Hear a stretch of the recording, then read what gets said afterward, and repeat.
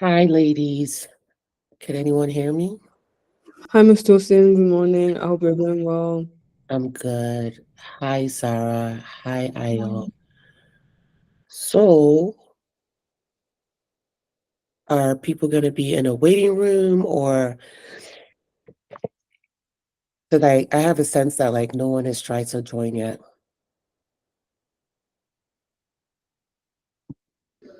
With the settings for Google Meet, they can request to join the session. So we would just click and accept Yeah, them that's into what this. I thought. Yeah. So I was just wondering because I know I'm not it's this is I'm attending as a guest, so I don't know if I would be able to see if people are trying to join. Sometimes only the administrator will see if people are like arriving. So I think part of my challenge, so I hope everybody else was more, yeah, see, okay, there you go. So I'm seeing that. All right, that was my question. I didn't know if I would see this or if it will only be IO. Um, isn't Eliza in our reading club? I thought that. Yes, she is. I thought. Okay, so that's how we see people. Okay. So I'm hoping that everybody else figured out how to get the the link because I'll be honest with you, there were a couple of steps that I remember being like, okay, I hope people will actually follow and click and go and find the information. I was thinking that it was going to be just like in the email. So,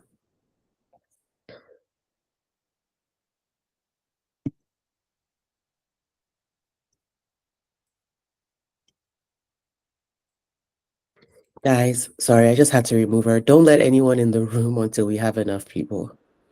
Yeah, that's what I was about to say. Awkward because I was about to start talking and then I was like, oh, she's here.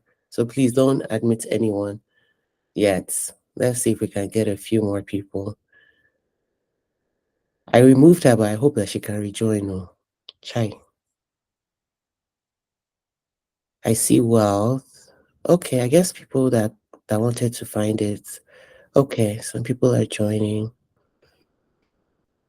So they should get a notice that will just say, welcome to the call. You'll be let in shortly or something, so they can wait a little bit. Now, our person of the day, is she joining us? I'm calling her. Okay.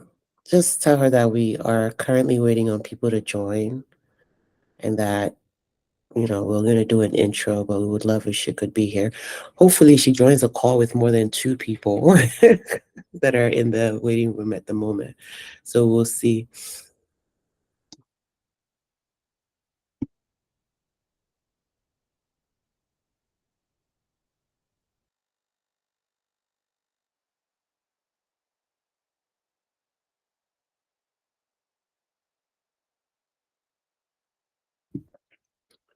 Rita, can you see if you can reach out to Eliza and ask her to rejoin? I'm just All right, hoping. I'll do that. Yeah, I'm hoping I didn't kick her out and she can't get back in. Oh, there she goes. Hi. Hi, Lola. How are Hi, you? morning. Sorry, the Thank link in you. the email is different from this one. So I was sort of just sitting there waiting, but You it was a see, bit, I'm so that's sorry. that's what I was trying to figure out. So, Lola, can you please tell us what your experience was? Because I feel like maybe there are people stuck on the other link. I don't know what the link was that you were on. Oh, it just said someone is waiting for you waiting to be, I was just waiting to be let in. Okay, was So it the the same? link that I had in the email ended with, it was like TX something. Should I go and tell you what it is? Who wants to manage this in the room?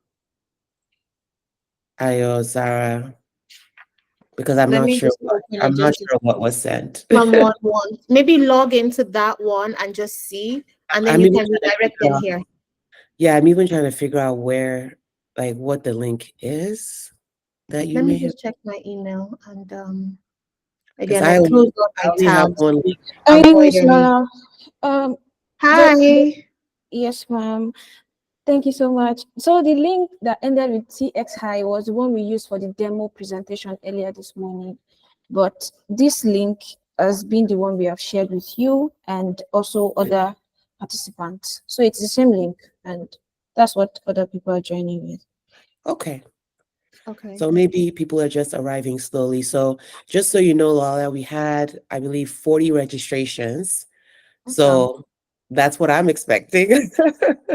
Don't worry, But it's how it is. There's always like a little bit of like a delay and people joining, a last minute yeah, email or something usually helps to remind people. we sent that out. Um, Yeah, we sent out the last minute email like this is happening today. Click here.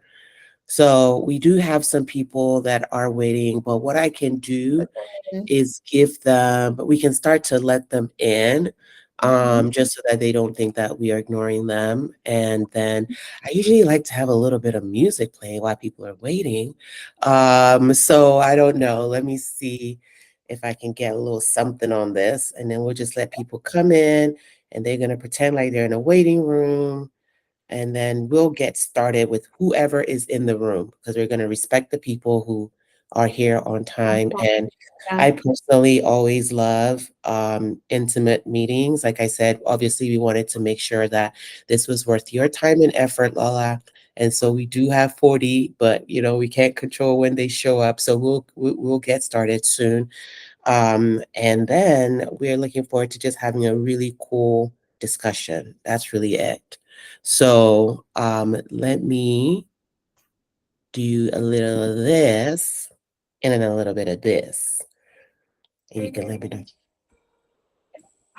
Can you guys hear that? It's very faint. Okay, let me see.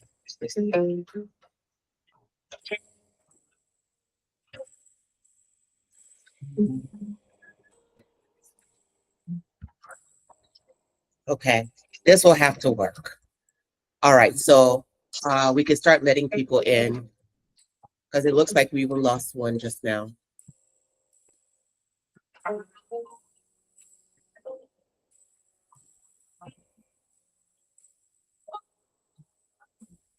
So Lola, you can also feel free to turn off your video while we just wait for all the people to join, All and so right, we'll no get started problem. in another 5 minutes.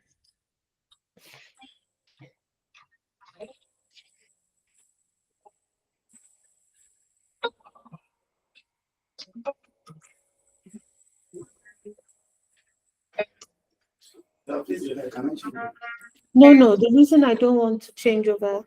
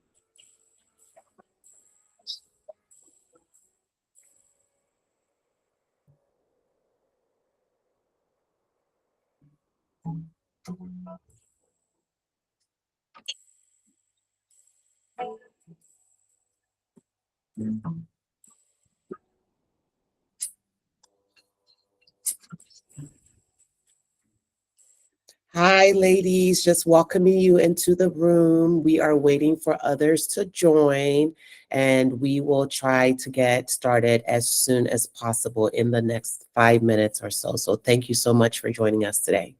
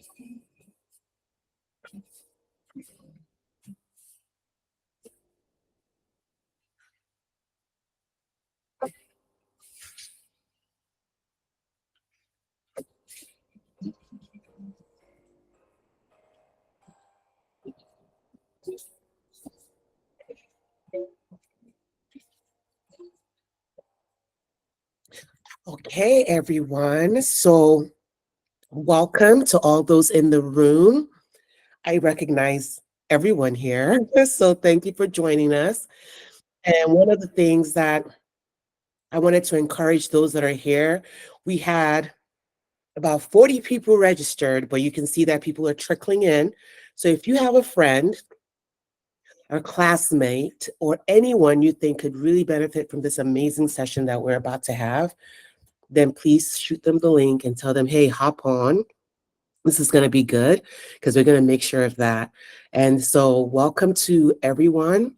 And, I could introduce myself again, but something tells me that all of you know exactly who I am. But again, my name is Tosin Durotoye. I am the founder of the Bloom Africa. And it is a pleasure for me today to launch LeadHer Labs. LeadHer Labs is our virtual learning program that allows, oh, and I see that Farida has dropped the link for the event. So please, again, if you can, share it with your networks. But LeadHer Labs, about what that is as we continue to move forward today. But without further ado, because we have been waiting, I am going to go ahead and kick off the day. And you guys just start asking your questions in the chat box as we go. Do not feel the need to wait until we finish talking. You can just drop your questions, your comments, and we'll have folks that are checking those chat messages, and we will definitely get to your questions today. So, as I said earlier, one of the good things about small groups is that we really get to talk. And so that's how we're going to look at this opportunity is whatever question you have, whatever has been confusing you, you get the chance today to really sit down and talk about it. And so this is going to be a great use of our time. And we're definitely looking forward to it. So once again, welcome. All right, first slide.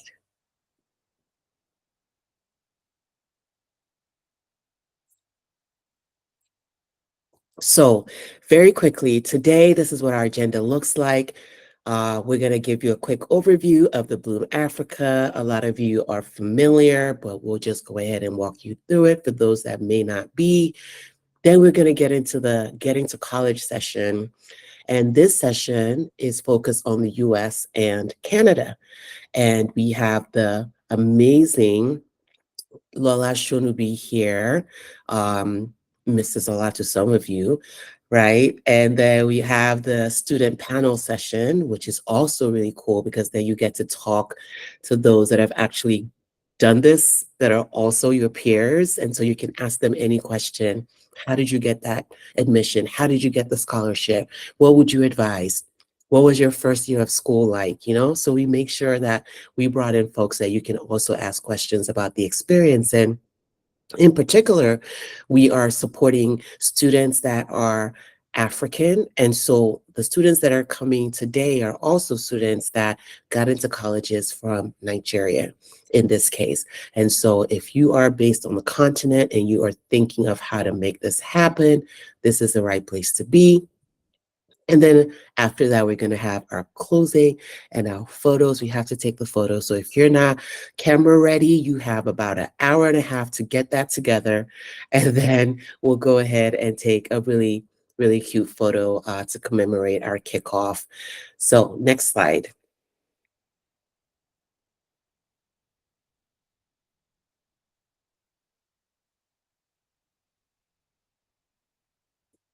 So the Bloom Africa was established in 2019. We are a registered nonprofit, both in the US and in Nigeria.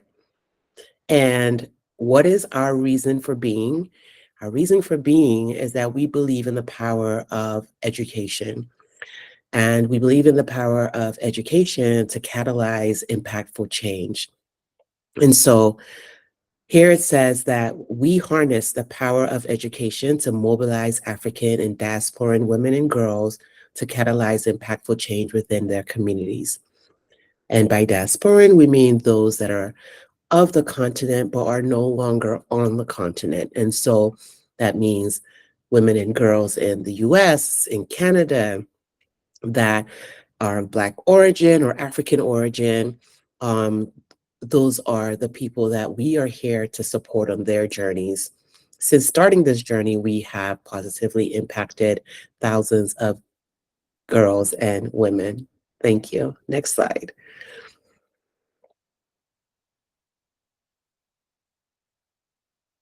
So our vision, you already know what that is. We're harnessing the power of education to mobilize and catalyze change. And our mission is to help African women and girls like you thrive in their unique purpose. What is the purpose? Discover it. And then how do we help you become your best self? And then we foster connections with one another. And so that's what we're doing today, is that we're going to talk to one another. We're going to learn from one another, and then we're going to stay in touch. And then we're going to engage and expand with the diaspora. So again, here we're talking about how do you get to school in the US and in Canada, and that is considered part of the diaspora. And so we're going to talk about how you can get the support you need. We have alumni that are already in those countries that will be willing to connect with you, and so on and so forth. And then lastly, we want to make sure that we're helping you drive positive and lasting impact. So in our minds, if you're here today, that means that you are thinking about college, and that means that we are here to help and make sure that you have a positive outcome on your getting to college journey. Okay, next slide.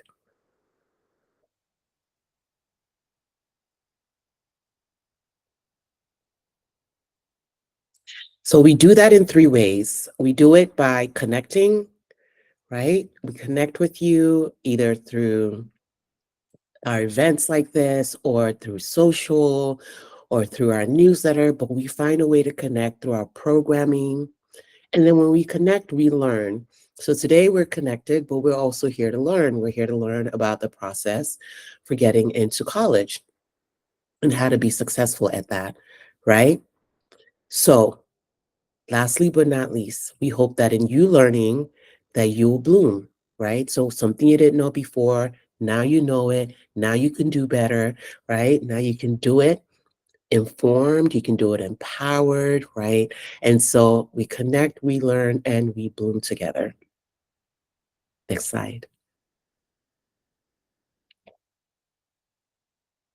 our impact. So since our founding, we have impacted women and girls across 8 countries, both on the continent in Africa as well as in the diaspora, in this case, US and Canada. And so some of the countries that we've been honored to have our communities come from includes Kenya, Nigeria, Rwanda, South Africa, Zimbabwe. Not noted here, we have Botswana, right? We have I already mentioned South Africa, but we definitely have a lot of countries that represent our community, and we are so grateful for the diversity of our community. Next slide.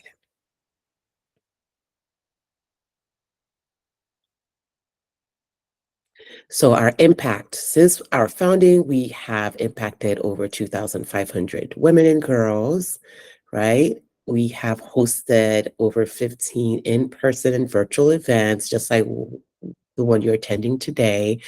We have given over 4 million Naira in scholarships and grants. And, this year we're going to be making an announcement, and you guys are hearing it here first, but we're going to be launching a scholarship fund for girls who are staying on the continent to go to school. So we'll figure out a way. There's eligibility requirements, of course, but we will be launching that in October. So keep an eye out, follow us on social, on LinkedIn, so that when we make that announcement, you are one of the first people to know and apply if you're interested.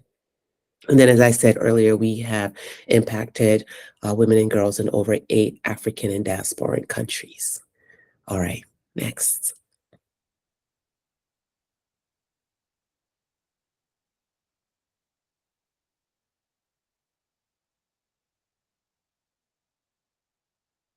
So we have 4 flagship initiatives that drive our work here at the Bloom Africa.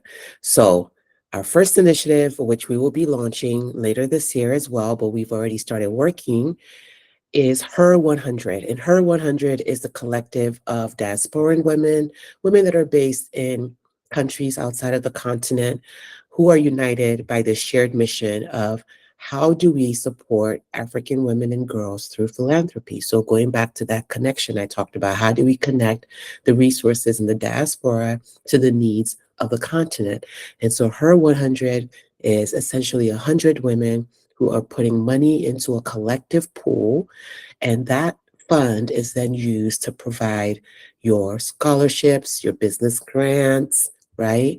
Your personal development funding.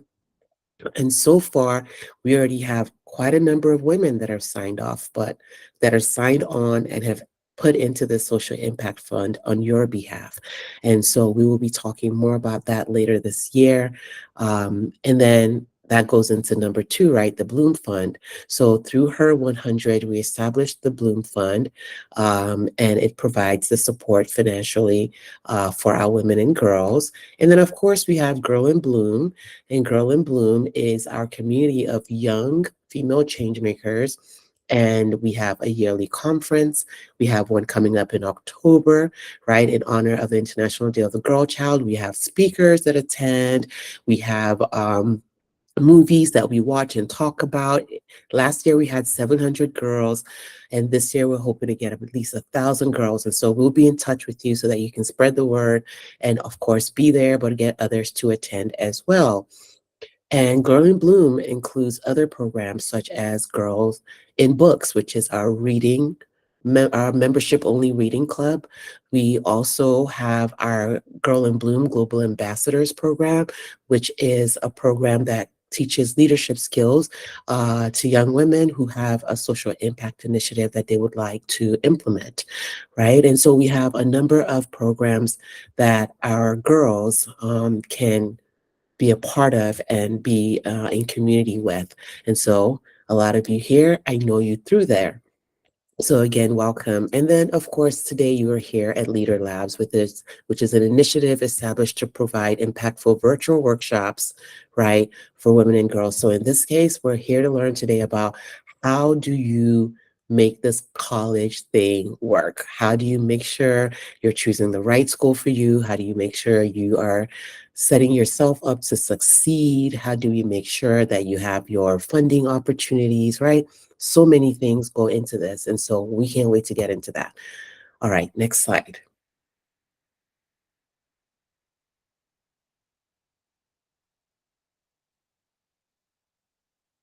So, like I said earlier, Leader Labs are virtual and in-person events focused on academic, professional, and digital skills training.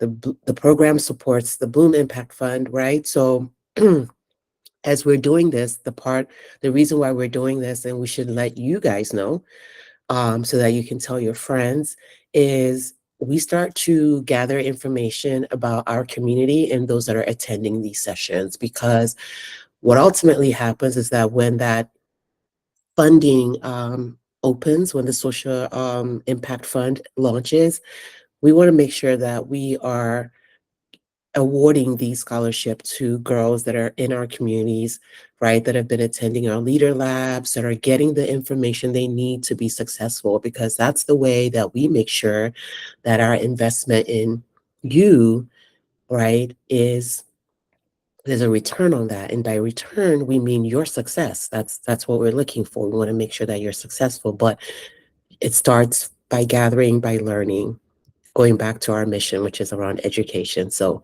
again, those of you that are here, we are noting that, and we definitely will be continuing to give you information to make sure that you are positioned to take advantage of our resources. All right, next slide.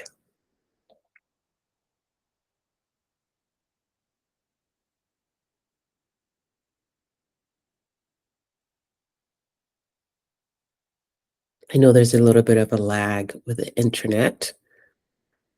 So here we go. All right. So I am going to stop talking here, and I am going to hand this over to our amazing MC for the day, Farida. Farida is an alum of our leadership program here at the Bloom Africa. That program that is now Global Ambassadors was Power Girls Africa. You'll see it on here as PGA. So we'll have several of our alums speaking today, but Farida is also a program coordinator and a program lead for Girls in Books here at the Bloom Africa. And so she's definitely one of our leaders on the call today. And then, and I know Farida will give us more information on this because we are going to love to learn more, but also recently got accepted into the American University in Cairo, where she also received a scholarship. And so Frida is definitely well positioned to talk to you about the process, what she's learned, what she would recommend or advise. But first, she is going to introduce us to our amazing speaker and facilitator for the day. So over to you, Frida. Thank you. Thank you so much, Ms. Tosin. Once again, good morning, everyone. We hope you're all doing well. So once again, on behalf of the Bloom Africa, I warmly welcome you to the first leg of our Leader Labs College series, Getting to College 101 US and Canada edition. So based on your attendance today, I believe that we are all eager to be enlightened on the admissions process. So if you're excited as I am, and if you're ready to kick into this entire session, let me get a thumbs up and some excitement from everyone.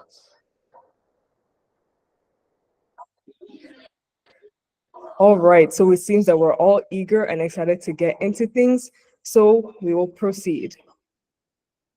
To kick off our session, we have a lovely experienced speaker who will be speaking with us today, and I will go ahead and introduce her. Today we have Miss Omolola Shinobu. She is a licensed teacher with over 15 years of experience in education. She has served as program coordinator at reputable institutions such as Harvard University Graduate School of Education and Incubator Africa.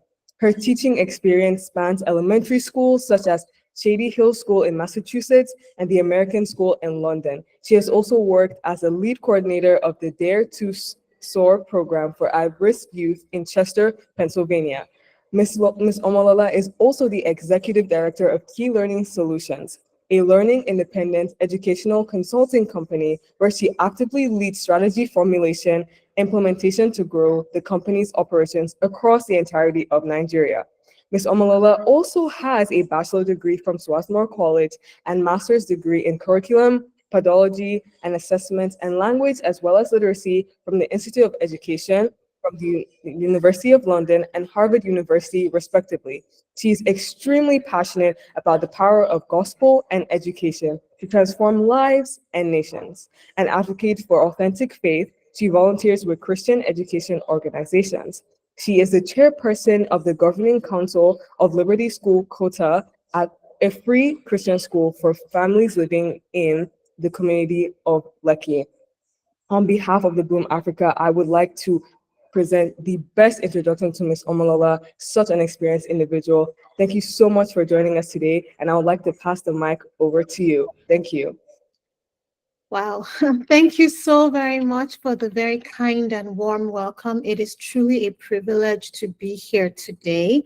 Ms. Tosin, I want to say first and foremost, thank you very much for this invitation. I'm excited to get stuck into it, to talk about the things I love most, which is helping women achieve the very most that they can in their lives. I know that the power of an education is the most important thing that we can give to the next generation. And I'm super excited for this opportunity. Farida, thank you so much for also the kind invitation and the introduction. And if there are any questions along the way, I just want to remind everyone that you can at all times just pop a question into the chat and they will be addressed. Thank you so much. I have my presentation already up. So can I go ahead and, should I go ahead and, let me just present my tab. I know I shared it, but I'm thinking it might be easier for me to just. Oh, no worries, Miss Lola. We have everything prepared for you. You just tell me when to move on to the next slide. Okay, so my slides are not up yet. I don't see them, but let me see. Perfect. So next slide. This is just the sort of welcome. All right. So there is a slide that is missing. Can you go back to just, there's one slide should have been. Did it skip a slide? Uh-oh. I believe There's a slide that should have the girl. Bloom logo. Yeah. So do we just launch into it then? Okay. Well, I wanted to, that logo is kind of a part of the game. So I'll just explain as part of the presentation. So in order to highlight some of the most important facts that people don't really think about, I've actually embedded a game into our presentation. And what I'm asking you to do, please, is as we go along with the presentation, I'd like you to follow along with me on the slides and identify whenever you see the Girl in Bloom logo. I'm kind of highlighting something that is usually a fact or something that people haven't really considered. So if you would follow along with me, the person who first, at the end of the presentation, the lady who finds the very first set of complete number of logos is going to receive a gift. So I'm hoping that we can kind of follow up with this, and then I'm hoping that you will learn as much as possible from this session. All right, I'll stick right into it.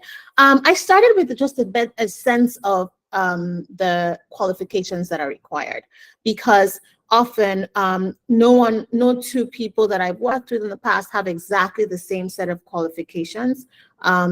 In Nigeria now, and I'm aware that we don't have students only from Nigeria on the group, so just kind of use this as a sense of what your country what might be relevant for your country. Essentially, what you want to know for the US and for Canada, and I've also included a little bit about the UK because it is the primary location that people go to outside of Nigeria, so I thought it might be worth mentioning about the UK.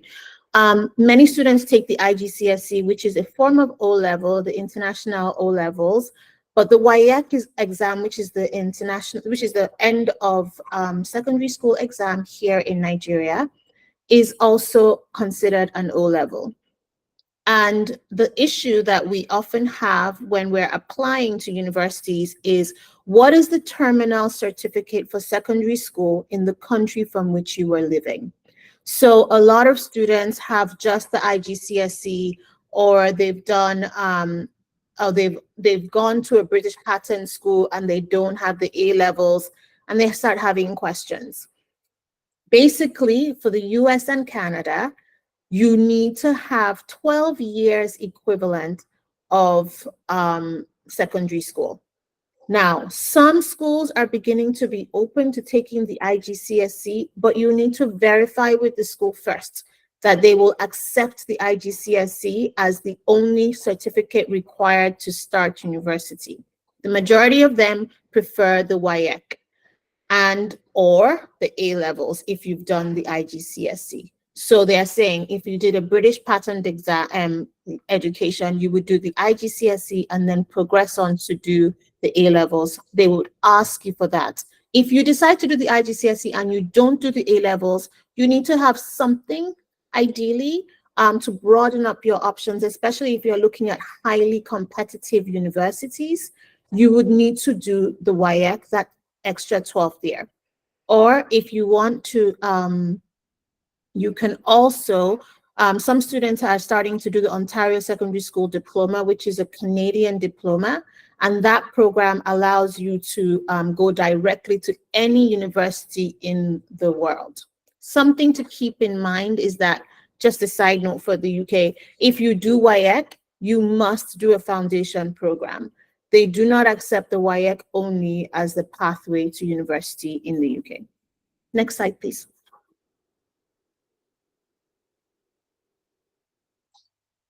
So there's something that is really important here. The fact that many of us are really bright and are looking at having very hardcore professional degrees like architecture or design and STEM, or you want to go into medical school, and then a lot of health careers are becoming more and more attractive. There are some laws and regulations that you need to keep in mind when you are applying to programs that are certificated programs. So if you are thinking of doing pharmacy or nursing or physiotherapy, even to do nutrition, for people who are interested in becoming nutritionists or dietitians, and some engineering programs, they're actually master's level degree programs in the US and Canada. Some international students can do law in Canada as a first degree, but not every school will accept that. It is because in those countries, they protect certain industries, are protected industries, so that they don't have too many people in it. In general, if you want to study medicine, I would say that you should look at a program in the US, a program in Canada that is partnering with another institution outside of Canada to help you get your medicine degree as a first degree. It is generally a second degree in these two countries. In America, it's the first year, the bachelor's pathway is open only to American nationals. So if you do have a second citizenship, if you're a US citizen, it might be open to you, but those programs are extremely competitive and you have to have taken the MCAT in advance. So you should start preparing for that now. For those who are thinking of doing nursing and medicine in Canada, especially, there is actually an exam that you need to take that improves your chances of being accepted. It's called the CASPER exam for nursing, and it's an assessment. I want to make a note. A lot of people want to be nurses. You have to have good chemistry results. Often people are thinking biology, but actually chemistry and physics are extremely important to healthcare professions, especially to nursing and medicine. And pay attention to your results for chemistry in particular. You don't want nurses giving out the wrong medication. So it's actually really important. The other thing to keep in mind is that for those who are interested in engineering, yes, there's a question.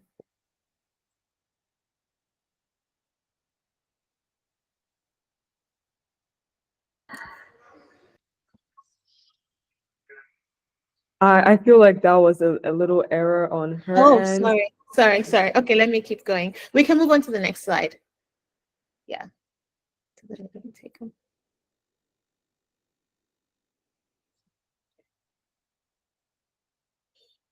Oh, I was going to mention that architecture, we can move on. I'll still talk about this now. Architecture and engineering, there are some programs in bachelor's programs that will give you an architecture license as a first degree, but they're very few. Most architecture schools are not accredited for giving you the license. So you need to verify when you are applying. And funnily enough, they're not the most, because it's a trade, like a technical job, it's not always the most elite schools that you would have thought would be accredited that have it. So if you're like, I want to get my bachelor's degree in architecture, you may actually be better served by going to a school that is a standard state university, because they tend to be more accredited than the premium universities who would have you do the degree more as a design course and then transition into the master's program for your certification. It's something to keep in mind. Next slide. I'm going to skip. I was going to go over the Nigerian requirements, but then I know you're going to be talking about Africa later, so I might skip the Nigerian requirements.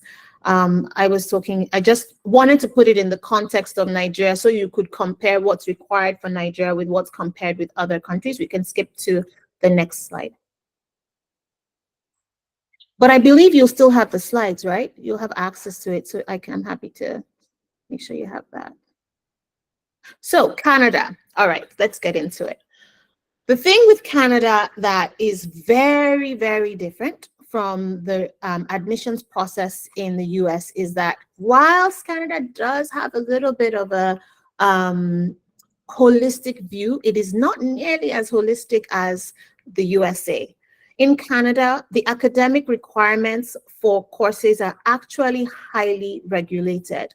They will have told you what particular percentage points as a bare minimum you need to have in individual subjects and a total GPA, total overall percentage that would make you eligible for a particular course.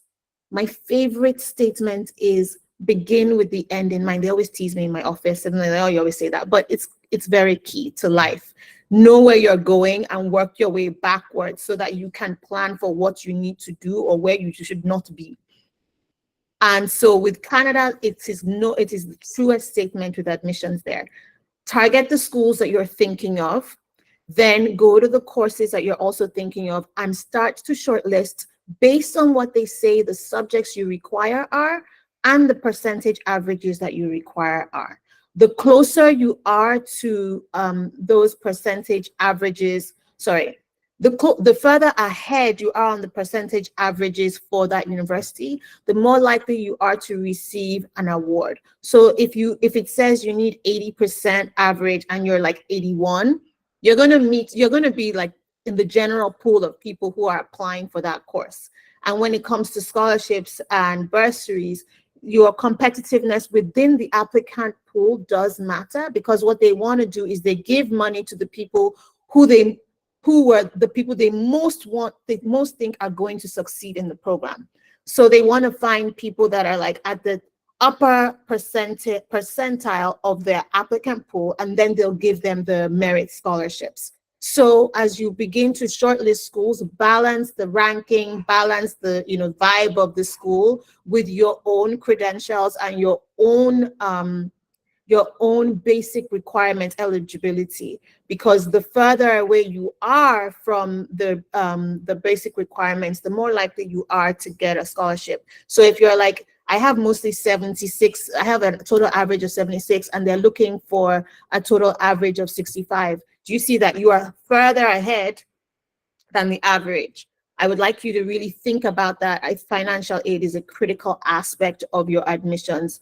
You might have to kind of make those packages make more sense.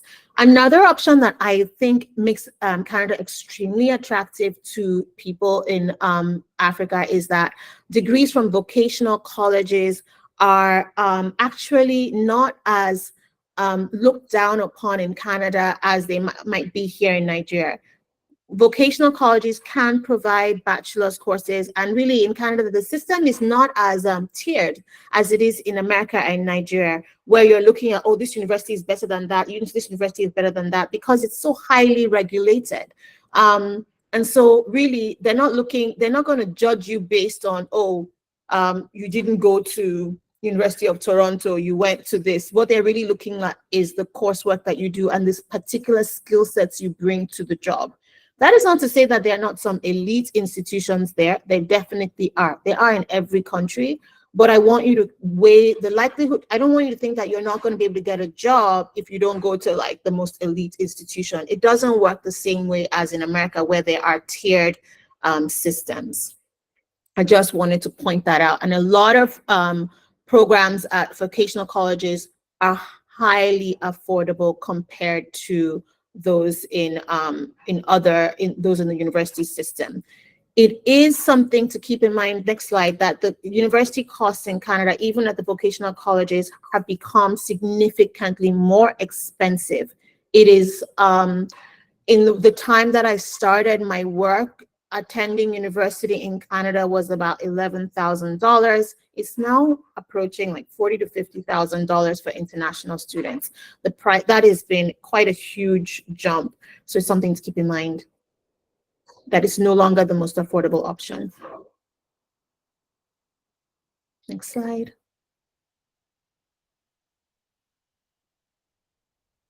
So for the UK, I told you, I know this isn't really a UK session, so I'm just going to, say this. I just think it's important to mention it because people do go to the UK and their immigration laws have become so attractive for Nigerians to be able to stay and work and get work experience.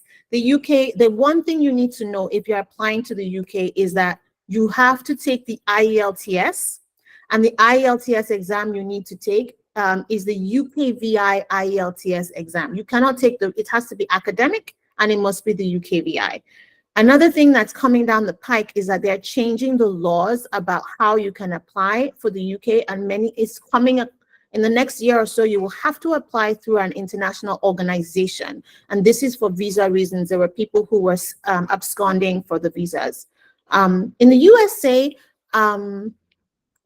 it is a very complex application process for the USA. I'm going to spend a lot of time here. The USA academic requirements are balanced compared to other countries, in that a C student can get into a very solid university and also still be able to get scholarships. The scholarship amount may not be as high. You might not get like the 30,000, but you might get like 5,000, which is a lot of money and can help. You might get 2,000. What they're really looking at is the total package. Have you done well with the courses that were available to you in your school? And I want to talk about that for those of us who are looking for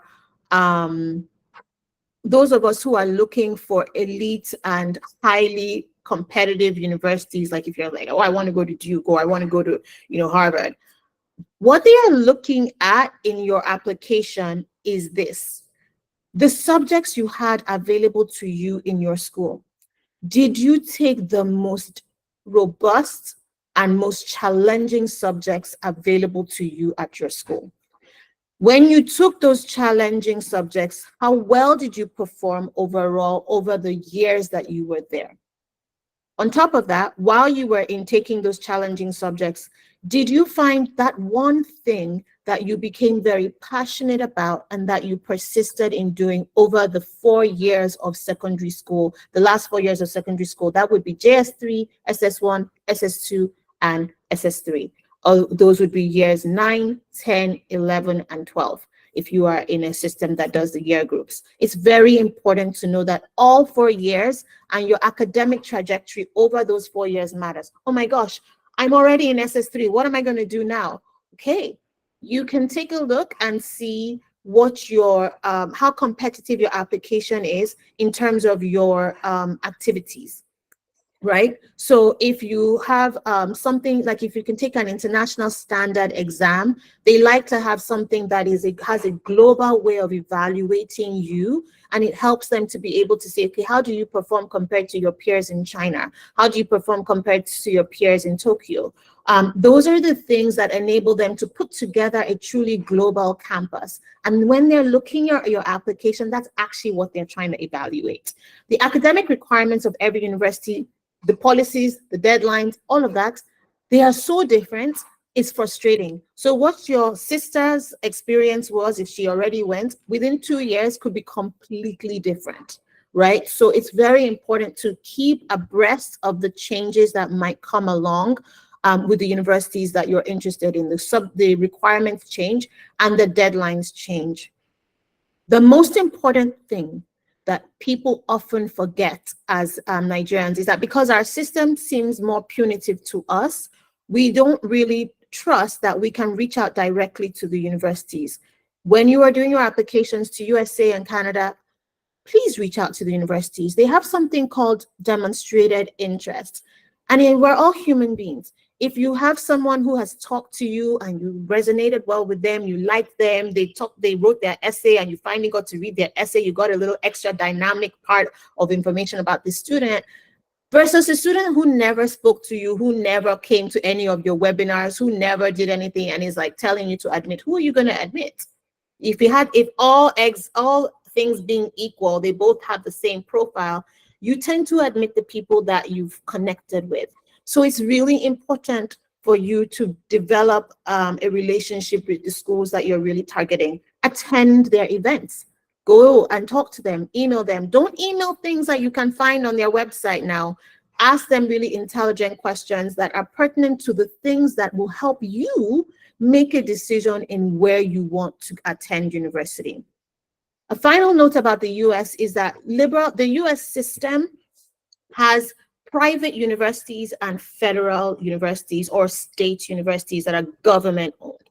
And the private ones are actually called national universities. So like your Duke, your Purdue, your Harvard, your Yale, they're national universities. And then the state universities like your Penn State University, Michigan State, those are schools that are funded by the government, and they have a lot more funding available to them to be able to serve significantly more students, because the government is saying we're giving you money to admit more students to go to university.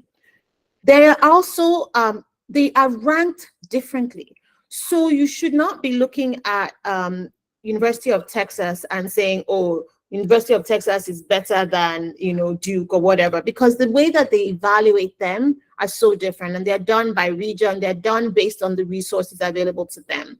They are, like I said, elite universities, right? So I'm not saying that there are some universities that aren't elite. What I'm saying is that in terms of your return on your investment, in your ability to get a job and to start a good and solid foundation for your life, you need to think about that they are not being judged equally because their sources and their focus are different. Now, there are something called liberal arts colleges, which are privately owned, but they only have one faculty. So a university has more than one faculty. That means it has the faculty of law, it's got the School of Arts and Science, it might have the medical school. That's a university.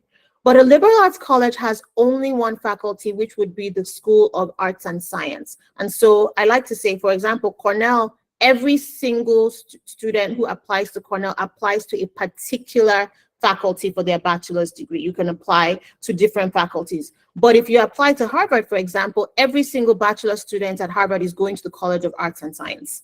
They only go to that one, the liberal arts college at Harvard. And so there are many prestigious, very, very prestigious liberal arts colleges in the USA that I find that African students overlook because we don't understand that system. But they enable you to be able to get a really incredible education and very good outcomes. So I would recommend that we need to start looking into these options. Number two, they have a lot more financial aid available than you would think, because they have a lot of investment into them. Okay, I've talked a lot. Let's change the slide. There's a lot to say there. All right, so money, right? We have to talk about it. We can't hide it. The system in Canada and the US is extraordinarily different, right? Canada is going to give you, I say Canada doesn't really give financial aid. Like what they do is merit scholarships, okay? They give you a scholarship based on your academic performance, and it's usually awarded at the time that you get your admissions decision.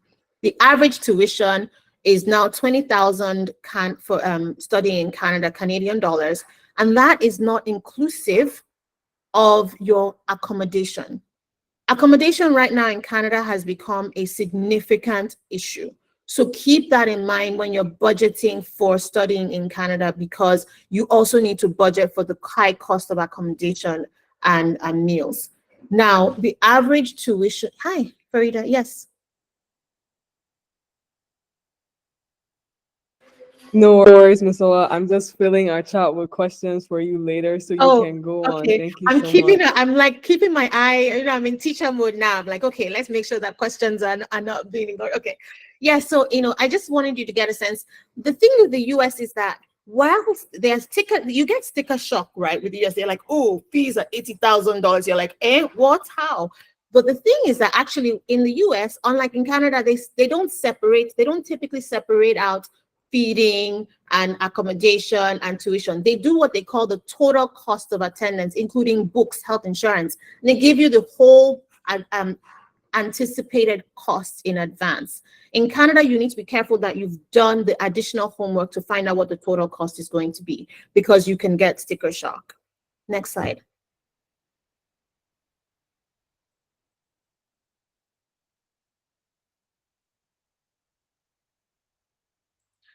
So here we are, you have, applied, you're excited. Now you're like, I need financial aid, right? There's the scholarships, there's something called bursaries, and then there's grants and need-based aid.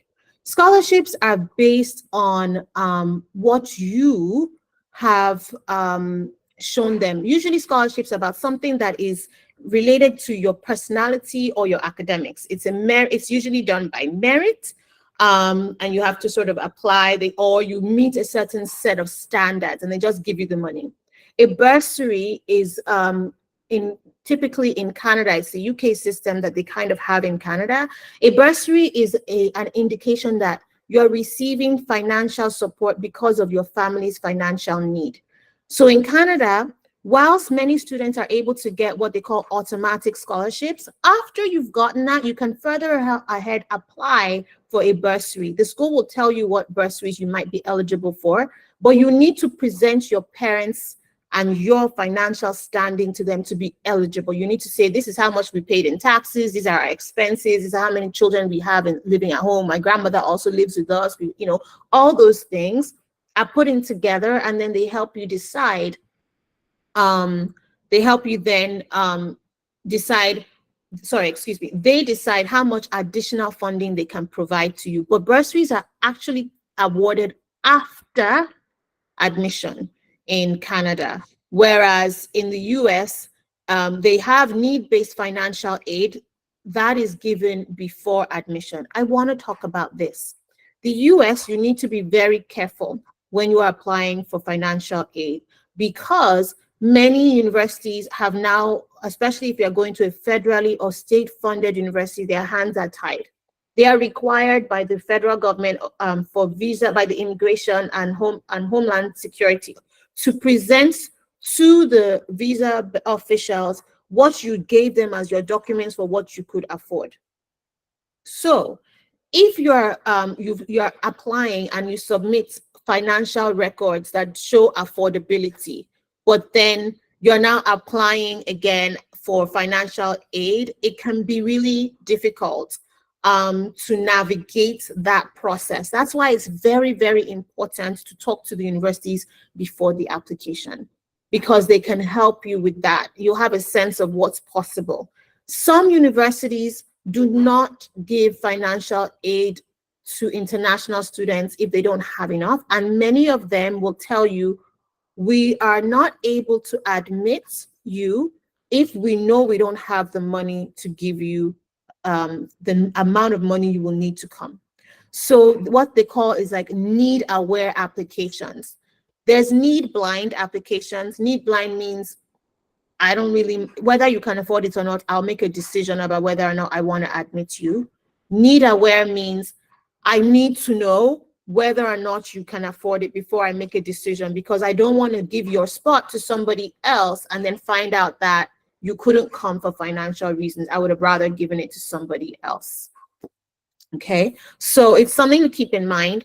Also be aware that every piece of documentation you share with them, they're going to share with the visa office. So you want to make sure that your documents are clean, tidy, neat, and consistent across the board, so that you don't end up with visa refusals that were unnecessary. Next.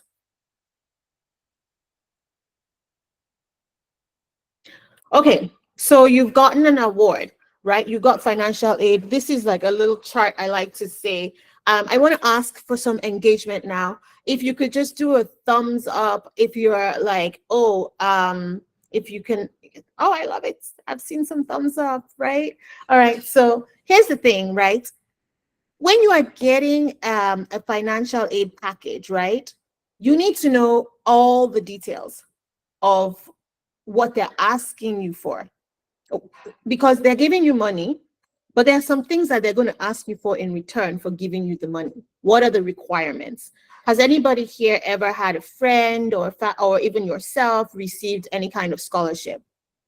Just give me, ooh, I see some hands. Okay, if anybody would like to unmute themselves and share with us like what the journey was like, what, not the whole journey, but like what kind of award decision was made. Was it something that you could renew, or was it something that you could not renew? That's the question I'm asking. Was it a scholarship that you could renew, or a scholarship you could not renew?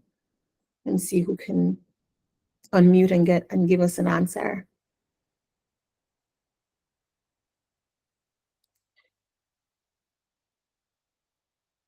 Awesome. Thank you, Ms. Toluwanimi, for that answer. Susan, thank you. Yeah, so something you need to keep in mind is that the scholarship amount is not just the only thing about the scholarship. You need to know, how much am I getting? Will this thing be next year? Will I get the same amount of money next year? Do I have to get the same grades? Because usually they tie it into a certain minimum GPA that you have to have. So if you don't get that GPA, they can cancel your scholarship. And then also they tell you sometimes that you have to write a letter, an acceptance letter to the organization that funded it. You may have to go to certain events. You might have to be ready to have your face on TV talking about the award. Like there's a lot of things that may be tied to you getting the award. And so you need to be very aware of what the requirements are. Something I've sadly seen, and I've now started making it like my duty to tell everyone is, please, if you want to go, accept the offer before the deadline. They're not like us, so where you can go and beg and be like, please, I forgot.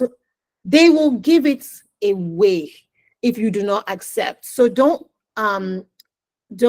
hold on to an offer thinking you might get something else from somebody else and then miss the deadline. If you want to take that offer, definitely accept it. Next slide. Okay. Oh, we're almost there. All right. So applying for financial aid in the US, there are two things you need to know. I'm only going to focus really on the College Scholarship Service, which is offered by the College Board, which is also the company that does the SAT.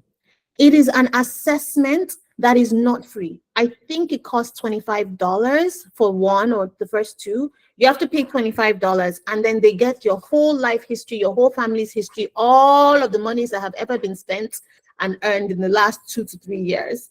And then they send that information to the university, and it's a way for the university to assess your financial need. This is the most open secrets in the secrets of scholarships. I do not know why Nigerians do not fill out this form. You have been here. If you take one thing away from this session, it is this: fill out a CSS profile and submit it along with your application if you're applying to a US school. It is the way that they make financial aid decisions over and above just you asking or receiving a scholarship. Scholarships are sometimes awarded on a grade. You get this minimum SAT score, you have that maximum, they have this maximum GPA. Once the two are met, they give you a certain minimum amount of money, and you know it progresses based on how you how well you do on the SAT or your GPAs. But in addition to those scholarships, you can ask the school that, do you have need-based? They will ask you to fill this out. So please do not hesitate to submit it. Parents, if there are any parents in the room, start getting your tax clearance certificates for your students. You need those because they will be used to assess your financial aid eligibility. And without that, you will not be able to get need-based aid, even for Canadian bursaries. All right, next slide. This is just to show you what the CSS profile looks like. This is where you should go. The deadlines vary by school, so make sure that you check the deadline. Next slide.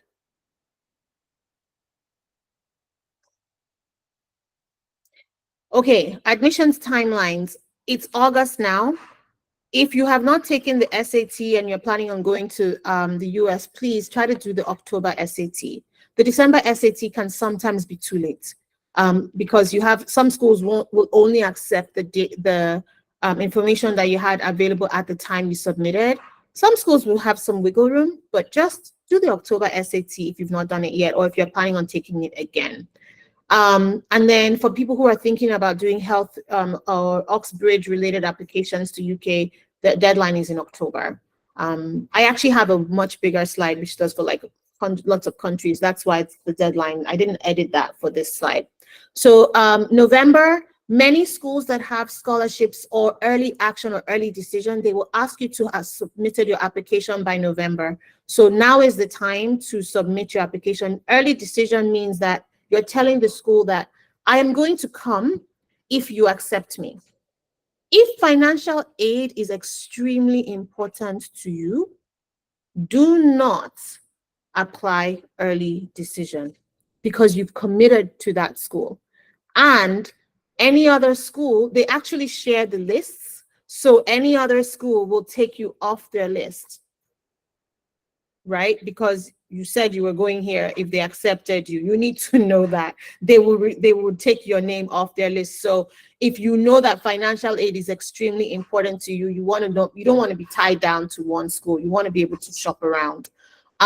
Some schools have something called early action, which is non-binding. Non-binding applications are okay. They won't take your name off the list. It's just like you are saying, I'm preferring you. January is the usual deadline for submission. Most of the time, it's like New Year's Day or the day after. So try to get your applications and your essays done like ASAP. The Common App is already open for those applying to the USA. And by October, the applications for Canada should be really in full swing. But really, the deadlines are in early January. For now, if you can, it's not possible to take the August SAT anymore. It was actually today. So, but then something I want to talk about with Canada is the changes to their immigration laws. They changed some laws this year quite shockingly and very quickly, where you have to get a province attestation letter. So you've done your admission, you've been admitted, but you may not receive a letter from the province of the university you've applied to if you don't accept your offer on time. So a lot of students who are paying deposits early were the ones who are able to get a letter from the province giving them permission to apply for a visa. If you don't get permission to apply for a visa, you actually can't attend, right? So it's something to keep in mind that the deadlines for that should be kept open. So apply early so you can get a decision early and you can get your PAL early. Next slide.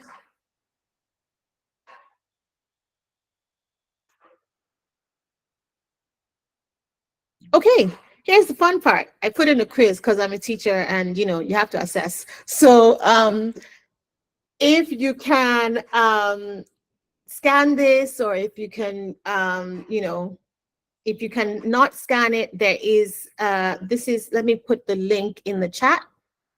Let me see if I can put the link in the chat. Link in chat, link in chat. Link in chat, here we go.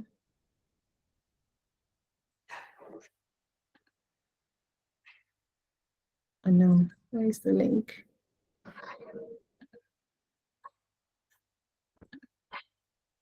I can't, sorry, I'm unable to, just, sorry.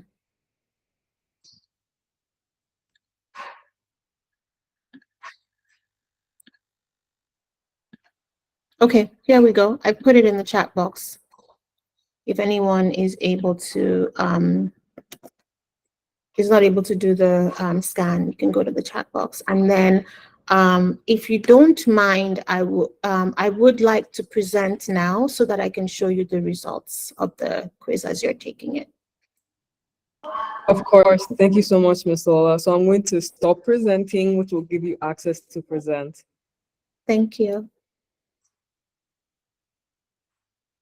Let's see how far, if I was any, let's see the bootcamp, share, okay, results, let's see the results so far. All right, these are the results so far. For the first question was, according to the most recent stats from the 2023-24 school year, that's this school year, approximately how many Nigerians were studying in a US university? The answer is actually 17,000. You would expect it to be way more. There's only about 17,000 Nigerian students currently in a university in Nigeria. I actually didn't mention that at all. Sorry. That was just sort of like, let's see, if you might get a sense of who's out there. I didn't mention that. Then the second question, I'm not sure if people have had a chance. Which country will not accept the WIAC exam alone for admission? And that is only the UK. They don't accept it alone. Increase of the countries that we mentioned, that we talked about today. The next question, I'm not sure how many people are able to take the quiz. Try to get. Okay, I've seen more people. Oh, we didn't talk about this. So I'm using the IELTS exam is for Canada and the UK, and TOEFL is for the US. This is a general misconception. The IELTS exam is taken everywhere, and many US universities will accept the IELTS. Very, very few are TOEFL only, but the IELTS exam is significantly more affordable to take than the TOEFL, and it's just the computer-based. There's a portion where you can actually speak to a real person, so sometimes there's less anxiety with the exam, so it's highly recommended, the IELTS. Next question was, I need the SAT for Canada. You do not need, you can see that from the requirements that we talked about at the very beginning. You don't need it at all for the SAT, or the SAT for Canada. And then it is cheaper to study in Canada than anywhere else. Totally false. Yes, it's false. Actually, increasingly, the US now has more affordable options and more competitive options. The most important factor to consider when applying: return on investment, the value. It's really important to know that the schools are not just about, it's not like, oh, the prestige or, the cost or the career. It's really that you need to keep in mind that the school's ranking, the availability of the course, etc. Do they give you the outcome you want in terms of the value that you're going to pay for it? Yeah. So next question was, to be safely considered for scholarships, grades must be mostly A's, B's, C's. As I talked about, well, grades do matter, but you can get scholarships that are based on your personality, not just for not just for your grades. So for example, if you are getting a music scholarship, or if you're getting a sports scholarship, or you're getting a scholarship for being a knitter, or being a scholarship for being in debate, there are lots of scholarships that don't have to do with just your academics. And so it's really important to know that it's available. And I remember I shared with you that you should also be looking at schools based on how you perform compared to their own minimum requirements. I spent some time talking about that in Canada. It's really important to look, if my grades are mostly 70s and they're mostly 80s and their minimum requirement is 75, you're certainly more competitive, you're more likely to get more scholarship awards. Something to keep in mind. What types of financial aid are available in Canada? All of the above. You guys, there's no fooling you guys here. And then, which one of these is not a free way to get financial aid in the USA? It is the CSS profile. All the others are totally free. The CSS profile does come at a cost. It's $25 for the first one, and then you may have to pay for additional ones. Everything else is free. Nigerians who are not US citizens are not eligible for the FAFSA. The only people that can fill out the FAFSA are US citizens. So please do not listen to anyone who tells you to fill out a FAFSA form. It will go nowhere. You cannot fill it out unless you are a citizen. Last question, I am a US citizen or resident. I can automatically get government grants. I want to talk about this. If you have been living in Nigeria with your parents who are not citizens, you are not necessarily going to get any financial award over the minimum they give to everybody. And that is because you have to have been paying taxes in the US system to be eligible. So if your parents don't have a residence and they've not been paying taxes, like local taxes, there's no way their contributions to the pool are not as high as people who have already been in the system. It's really favors residency over people who are not.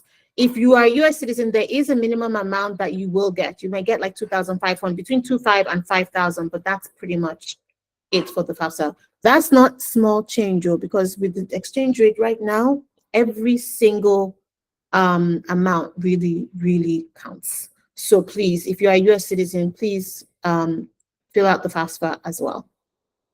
Okay, that's it for my quiz. So I'm going to stop sharing my screen and then let you take it over again, Farida. All right, thank you so much, Ms. Fola. I hope we all enjoyed the quiz. I also participated here. We love quizzes, and everyone can attest to that. Awesome.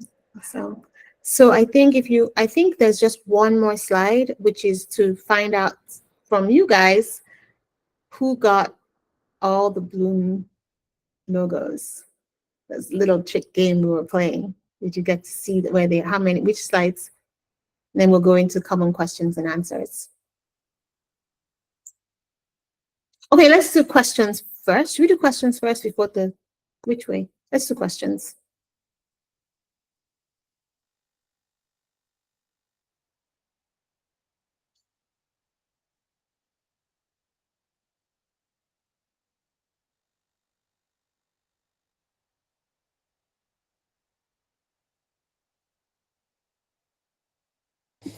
Okay, so I think Farida is still here. Okay, sometimes the internet freezes.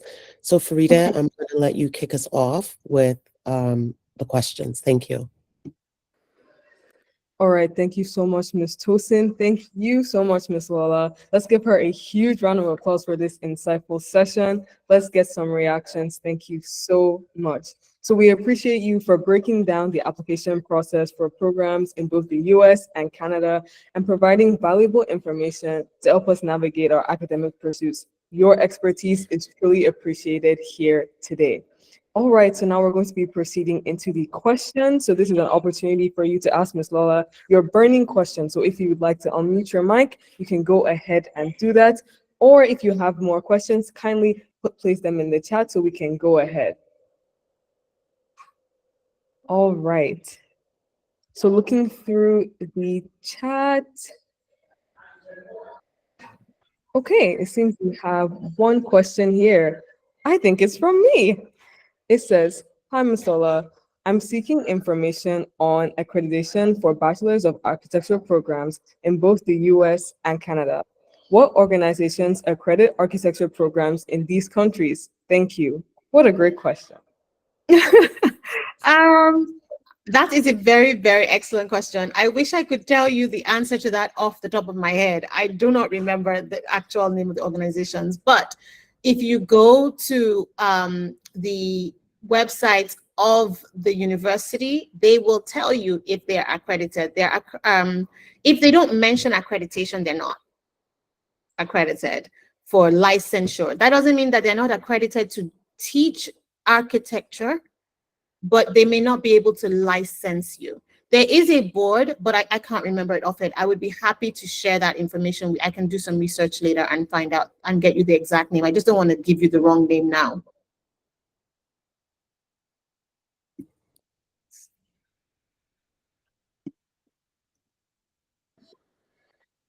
All right, thank you so much, Masola. Go That was ahead. very insightful. All right, over to you, Ms. Tosin. Hi, Lola. Thank you so much. I learned so much. It was also kind of triggering because I don't know why, but I really have a very clear memory of going through this process, even though I'm not going to age myself. I mean, it was just like 2 years ago. It was just like 2 years ago, but still, but no, I remembered how overwhelming the process could be. Just trying to keep everything together, make sure you don't miss the deadlines, make sure your scores are good. But I think the part is that when all of that is said and done, you have to actually choose the schools that you're going to apply to. So one of the questions that I have for you is, do you have any pointers around how you select schools where you might be better positioned, right? And I know that, again, some of these admissions decisions can be unpredictable and all of that. But I remembered in my time, we used to get the advice of like the pie in the sky school, I forgot what it's called, the kind of like the middle of the road school that you pretty much feel like you'll get into, and then your shoe-in school, where you exceed the requirements. And so we were asked to make sure that our list of schools was as diverse as those three buckets, and that would allow us to get a better chance at getting into one of those. So I don't know if that advice still stands today or if it's changed. So yeah. Okay, so the system that I would recommend is definitely very similar to that. It hasn't changed, but there is an additional tier. Because there are more students going to university now than ever before, it's so much more competitive that you now have the schools that are like super, super, super like duper, get 50,000 applications. You have that box, right? And that box, if you're thinking of applying to an elite, highly selective school, you should choose one or two of those schools, and then the rest of your sub-selection of schools should fall into what you call the your reach school. A reach school is exactly like you said, the pie in the sky. A reach school is my academics are not quite as I would love them to be for this school. I'm just around the average for them, or I'm just a little bit below the average for them. But I'm hoping that if I put in a very good application, I might be accepted. Then there's the school that is at your level. It's a level school. That is a school where your grades are just about exactly what the average person in that school's grades were. Your grade and your entire portfolio. So in the US, you're not just looking at grades, you're looking at, oh, I played sports, I did other things. And then there's the shoe-in school, which we call it's like an easy match. It's my match school. Actually, so your level of match school, and then your shoe-in school is the one where I exceed the expectations for this school and I will be admitted. That's kind of like, I'm putting this in my back pocket because I know that I have to have somewhere I'm going. Something that I would say, though, that I'm starting to talk to students about is to look at schools more from an institutional perspective. I'm going to look for a school when I'm making a decision for students based on the idea of, I think about this analogy. I want to go on a cruise with a friend. I've won tickets to a cruise and I can only take one friend. What's the criteria I'm going to use in selecting that friend who I'm going to give the second ticket to, right? The set of criteria I use will depend on what's available on the cruise, right? I'm going to choose a friend who has who likes the sports, the games, the things that are available on that particular cruise. And that cruise could be different from a different cruise line. They don't all have the same thing. I'm not going to choose a friend who hates, who doesn't like, slides to go on a cruise where all they have are water slides, right? I'm going to be thoughtful about what this cruise offers and the friend I'm choosing to give that ticket to. How does that apply to admissions? The friend that's getting the ticket is you. You're choosing the schools whose things, the activities, the goals, the institutional values, the locations that they visit resonate with you. You need to be careful that it's not just about choosing the school, but choosing the school where you have a track record that you can talk to them about so that they can pick you. Because they're like, oh yeah, I can see she speaks different languages and our language is so important. Like for instance, Middlebury College, language is extremely important to Middlebury College. If you've never taken a language, if you've never tried it, it's gonna maybe not be such a great look for you. But if you're applying because I've always wanted to take a language and I'm coming here to do it, then it's like, oh, okay, this student will fit in at Middlebury College, right? These are the things you need to be thinking about. Not just, oh, my grades, but you get accepted based on your fit with the culture and the activities at that university. That's why those essays, they actually really matter. When they ask you questions about how do you intend to use your time at the university and the variations of the way they ask that question, that's actually the most important question on your application. Because they want to know, should I give this friend the ticket? I don't know if that answers your question. The other thing that from the parent's perspective is really important is to balance cost with the course. I don't think you should spend $60,000 on a course you can do anywhere else for $30,000. If there's not something of additional value at the second more expensive university. All things being the same, balance the cost and the value of the degree with the cost on your budget. So those are also like other things that I would say you need to really consider when you're doing your applications and choosing a school. Thank you so much, Lala. And I remember now it was called the safety school. That was the one. Yeah, safety school was the one. But thank you for that. So I'll hand it back over Frida. I see we have some questions. All right, thank you so much, Ms. Tosin. Yes, we do have some questions in the chat. We have one from Bami Dele. They say, can I start seeking admissions even if I haven't taken the SAT exam? So a lot of schools, it depends on what year you're in, right? If you're already in SS3 or you're in year 12 or in your final year, you should start applying now.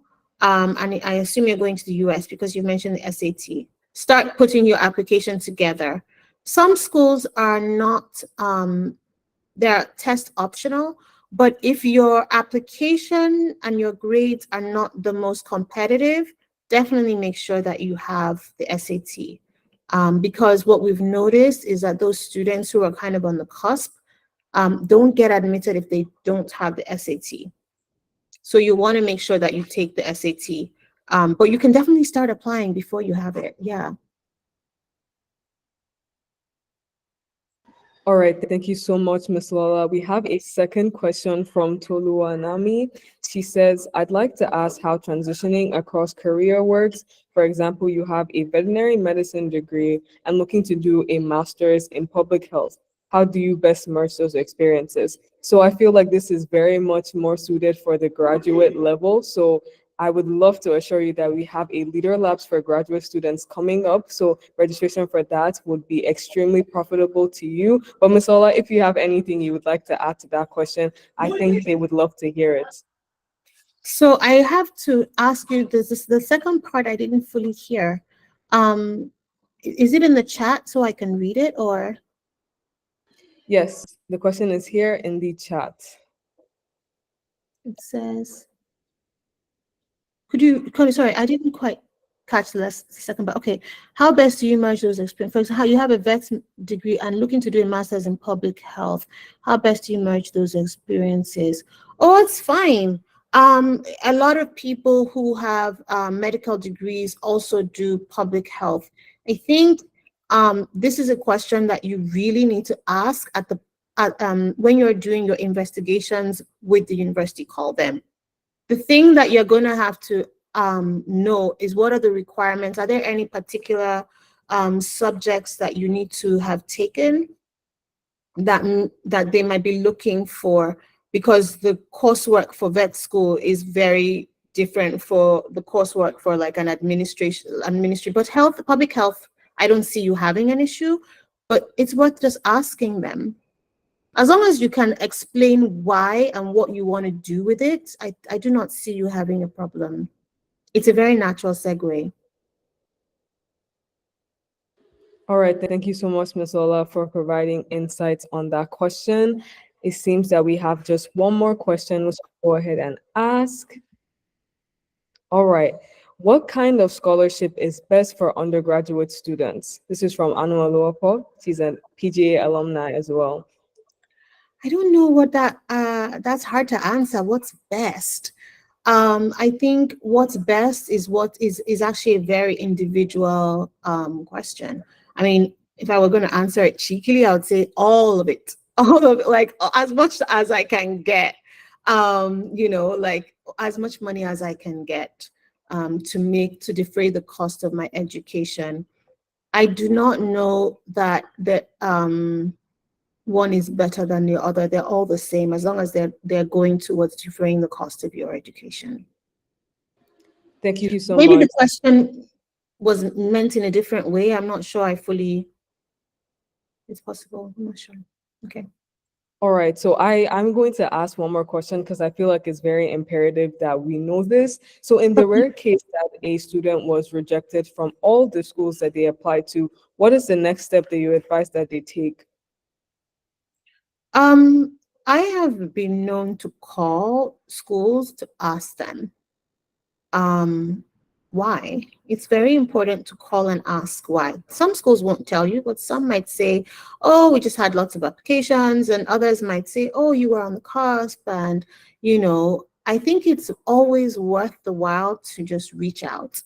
But then what you need to do is dust yourself off and say to yourself, okay, I need to work on my applications and do a better job with my applications the next time. Did I choose the right schools? Did I choose the right cruise line? Did I choose, did I commit? Did I explain myself well? And then start again. Just start again. Don't take refusal as a stop sign.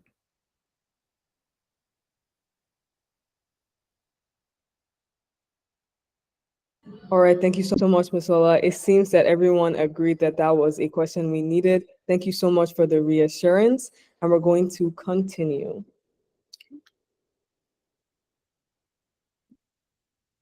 Yeah, it's just a little piece of, encouragement. Success is not a destination, it's a journey. And I think it's very much in fitting with the question you just asked me, right?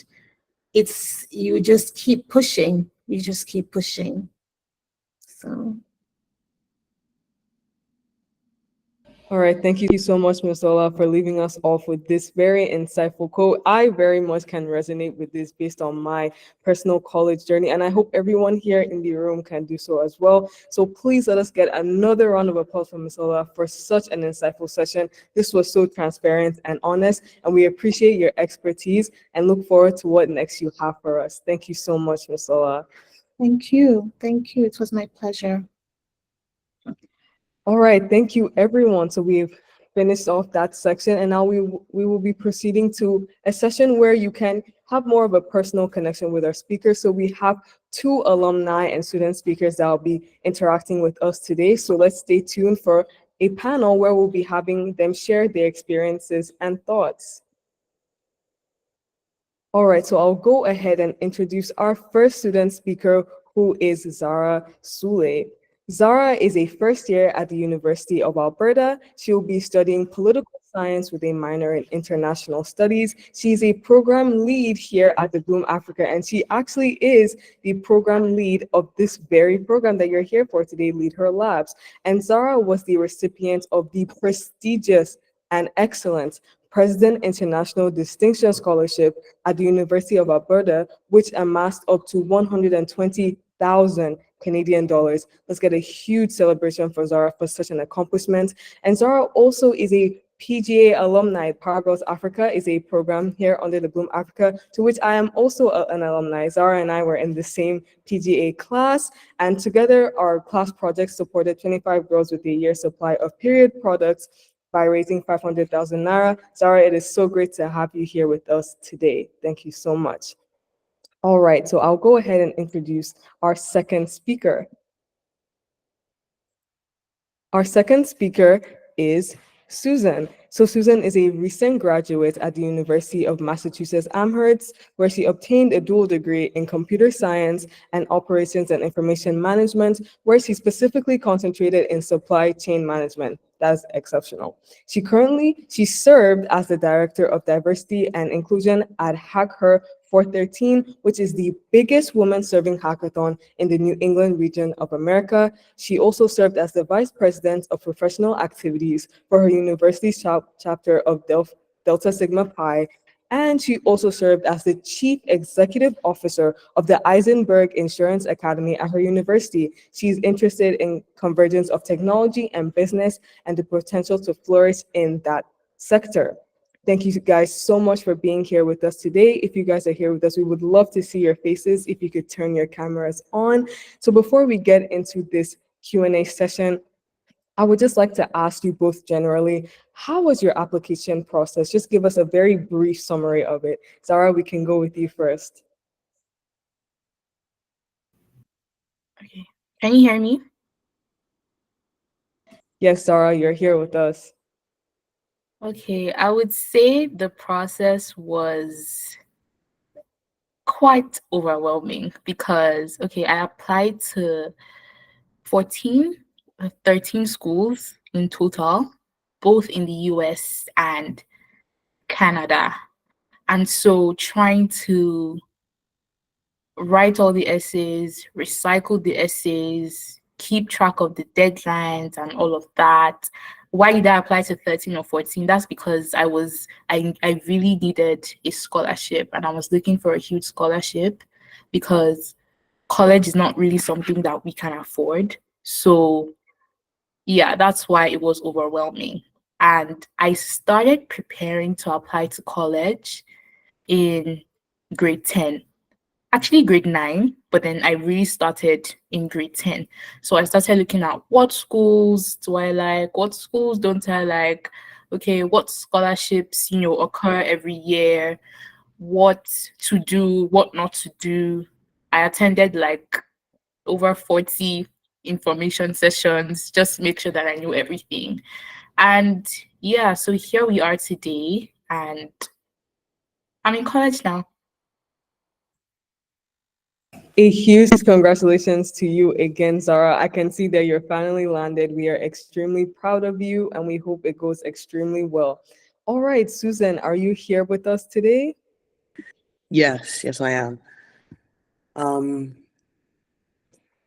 Yeah, so it's been a while since I did applications. It's like 4 years ago now, which is kind of crazy to think about. But I remember it, like, again, everything Zara said, it was very hectic. You need to be you need to be very, very, like, not only intentional, but organized about it, because I feel like the application deadlines would like sneak up on you if you didn't remember, like if you didn't have all of your stuff already done, like figured out. Um, all of a sudden you wake up and it's November 1st and your application's like 10 schools is due and you're not ready. So I think it's one of those things where the biggest piece of advice that I got was to be very, very organized about it, because otherwise it'll sneak up on you and you won't be able to get into like the school that you want or the schools that you could have gotten into. But yeah, I think I applied to a ridiculous number. Like I think it was like 20 something. And I ended up getting into the University of Massachusetts with 50% of my tuition scholarship. So that was pretty good. But yeah, it is a very hectic process, but it's one of those things where if you front load all of the work and you put in all of the effort in the beginning, it will very much pay off, because um, I like to think that I've had a pretty good time, a pretty successful time here. So the stress and the hassle of applying to those 20 something schools was very much worth it, I would say.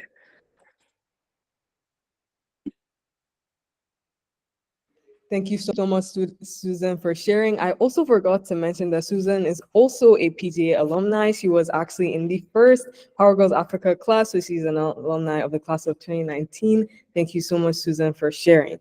All right, so I'll just offer a little bit of my insights. I do really align with both of you. The college application process was extremely hectic, coming from someone who applied to a lot of places. So yes, deadlines, deadlines, deadlines. Please be organized with everything. And a huge recommendation I have is that you can often get into the mindset of what is so special about my life that I could put into like a Common App essay and write. Trust me, I wrote my Common App essay about Bob's Burgers and I got into 11 plus schools. So your story is not too simple, it's exceptional. You just have to make it align with you and sell your story into the universe, and it will land in a couple of nets. Thank you guys so much for sharing that, and we'll get into our Q&A session. All right. Yes, Ms. Tosin, you have the floor. So this question in particular is for Susan, and I think Susan is either going to kill me for saying this or she's going to just laugh at it. But I remembered when Susan was applying to colleges, and there was this particular university that she really wanted to get into. And I remember that when she didn't get into it, she told me her life was over. And I remember just being like, oh, the drama. And so, Susan, I want to ask you, now that you're like on the other side, you've done your 4-year bid, you just graduated, congratulations again. Heading into graduate school, looking back at those times, now that you're talking to folks that are about to embark on this journey, do you have any words of wisdom sort of around that, like how you managed the disappointment? Was it the end of your life? So yeah, I just wanted to ask you that. Yeah. I do remember this very, very vividly. But I'm also just a dramatic person, so. But it's one of those things where it was the first, like, when you're successful in high school and stuff, you get very used to being told yes and like getting everything that you want. And I think that was the first real like rejection that I had gotten, because before that, everything that I had tried to get into or anything that I had wanted applied to, I'd always gotten it. But that was the first time that I'd been told no. And that was a very like tough pill to swallow, but it's one that you're going to have to swallow. And I think learning to deal with that so early on very much prepared me for the next 4 years, because it's going to be tough, but there are things you're going to want that you just won't get. And that is by no means a reflection of you, a reflection of your worth, a reflection of anything of the sort. It just means that you just weren't supposed to be there, or like you weren't supposed to get it. Looking back now, 4 years, like 4 or 5 years ago, when I was telling Miss Tosin that it was the end of the world, like I don't know what I'm gonna do. Um, I have no regrets, because I was supposed to be where I'm supposed to be. Like the connections I've made here, the people that I've made here, have made such an impact on my life that I cannot have imagined myself anywhere else. So I don't regret putting in all the effort and all the time into aiming for the moon. What like really and truly thought I wanted at that point. I have no regrets about that. But you also have to be okay with where you are now, because at the end of the day, like life moves on. Like yes, I didn't get in, but I'm so happy about where I am. Well, where I ended up. So I think the biggest piece of advice is just taking a day to like deal with the rejection, deal with the frustration of it all, but like realizing that life moves on. At the end of the day, like it's just 4 years out of the rest of your life.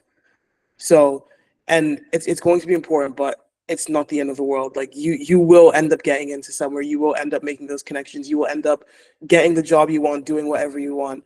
And like yeah, so just take a day, sit with the disappointment, and then move on. Thank you so much, Susan. That was very honest and sincere. I think everyone needs to hear that, as we're all like diving into this new journey. So thank you so much for sharing that. So Zara, we will see to you. I have a question for you. All right. So Zara, with the admissions process in general, this is a whole holistic approach. So how did you balance each aspect of your admissions, file that you were presenting to your school? So what I'm really asking is, how did you sell one story with your application? Okay, so like I said, the first thing is starting early. So if you start, getting involved in extracurriculars from grade 9, grade 10, you start to do it over time and they see that consistency and they see what you're passionate about. In terms of my grades, I made sure that my average, like my overall average, was 90 and above. So that's for the Nigerian system. I don't know. That's for the Nigerian system. I made sure that my admission average was 90 and above. Sometimes it might drop to 89, but I just, like I said, you have to start early and you actually have to plan. For the essays, I would say there are various links you could go to. So I know there's collegeessayguy.com. That was my best friend. And then, some people also post their essays on TikTok. So also maximizing the resources around you and using the internet, right? Because people would ask me, how do you know how to write like this? Is this the way we're supposed to write? Should we not write like this? And I'm like, just follow. I'm not trying to say don't copy other people's essays, but look at the formats because it differs here in Nigeria. The way we write essays here in Nigeria is not the typical college essay that you need to submit. So once you start early, maximize your resources. Yeah, Farida puts in college essay guy. Yeah. Watch YouTube videos. You can even go to TikTok. In fact, my TikTok was all about college admissions.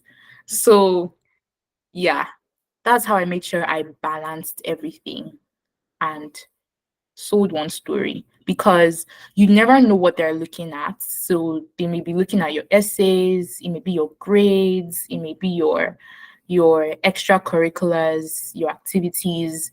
And so I just made sure I balanced everything out. Like I said, start early, have a planner. Even if you started late, you can still work through it. It may be a bit more overwhelming, but like I said, the most important thing is planning. So plan according to the timeline that you have. All right, thank you so much, Zara. So just to follow up on the conversation that we're having, I think what I'm picking up is a lot of you guys really engaged in extracurricular activities that really streamlined you into your interests that you inevitably applied for college. So this is my question to both of you. What extracurricular activities did you engage in in high school that helped your university admissions?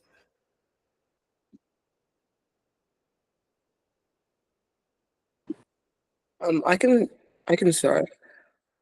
I mean, looking back now, it's tough to pinpoint what specific thing or like what specific activity I did that helped mostly. But I think it was being like your extracurriculars being diverse, but at the same time being focused. I was applying for computer science and business, and I had started like a tech consulting firm where I would like build websites and like and stuff like my dad and like his friends.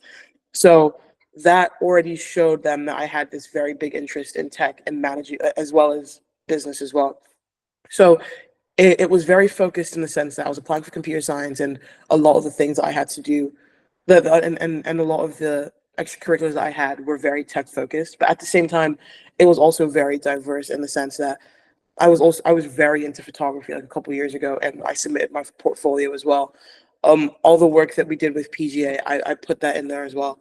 So just showing your interest, but also like showing your wide range of interests, but also having there be a story and a theme to your application and your extracurriculars is very, very important.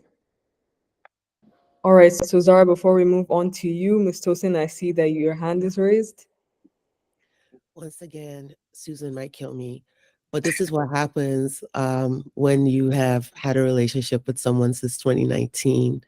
You know so much of their story, and you always want to fill in the gaps in case they miss something. And what Susan hasn't told you guys was correct on the diversity, but in a very interesting way. Susan also led a social impact initiative around child marriage that she co-founded with two other young women that were also PGA alums.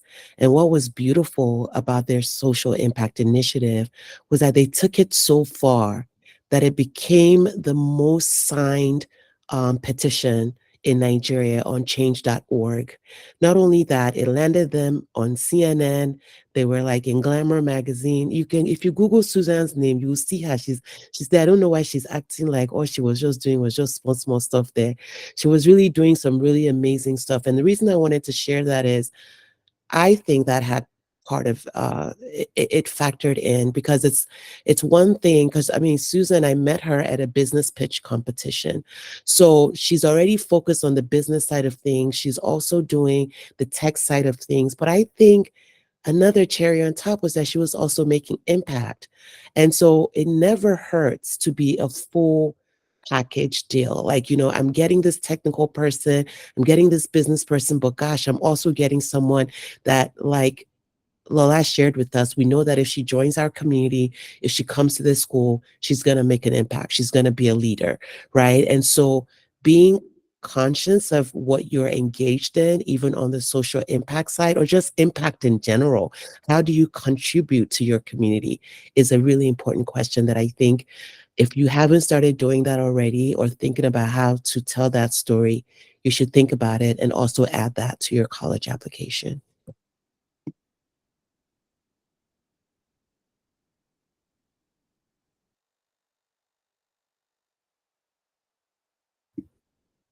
Oh, it looks like Farida may have frozen.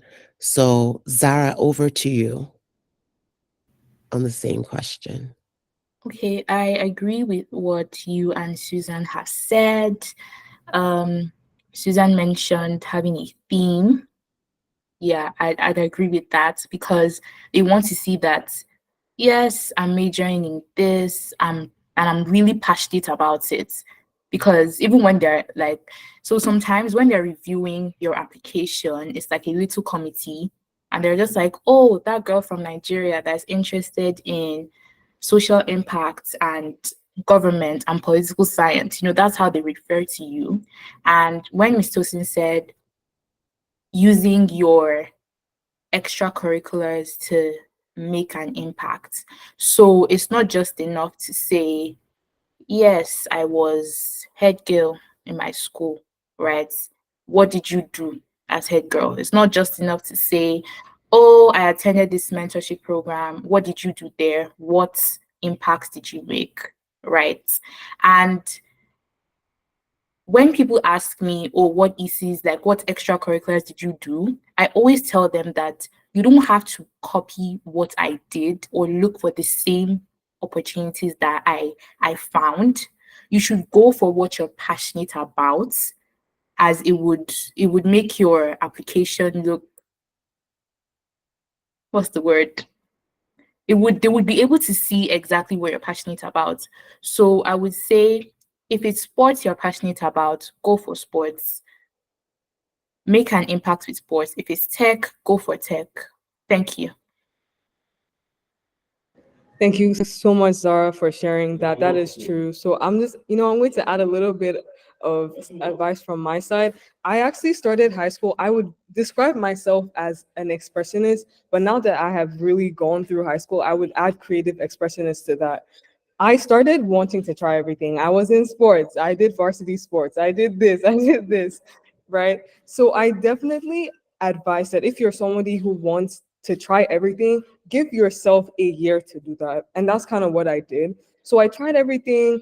I joined a lot of clubs, but after some time, I started to streamline my extracurricular activities because I knew I wanted to go into something artistic and STEM, which is how I really got into things. And just to add on to Zara, it's so funny how you streamline. And for me, I actually streamlined very last minute because I'm studying architecture, and I really came into that within the final years of my high school. And I took my first art class, and that is how I made an impact in a sort of way, because my portfolio that I presented at school covered a very, very intricate subject matter. And that was how I was able to use that course to really redefine a huge aspect of my identity. And I presented that to school and more. So I very much recommend that you find what you love, experiment with everything, but at the end of the day, realize that you're going to fit into a box. Well, so for people like me, you'll fit into a couple of boxes, but just find those specific ones to really sell your story. You want your application to have a theme, so search and look for that. Thank you guys so much. All right, so we're going to proceed into our next question. So I think it's very important that we discuss the essay. The essay is, as Ms. Lola said, one of the most important aspects of your application. So what tips do you guys have for the essays that you wrote? And what exactly was your essay about, if you would love to share?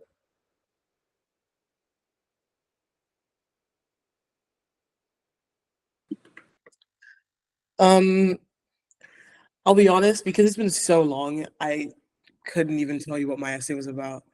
But I do remember that the one piece of advice that I got while I was doing it that has pretty much remained with me, like as I'm applying to other things when you have to write personal statements and stuff, is you have to figure out like what they want to hear in a sense, and like play into those things. Like um and you also want to try and differentiate yourself. I think that's another really big thing, because all the people who are applying, most of them are going to write about being on a sports team.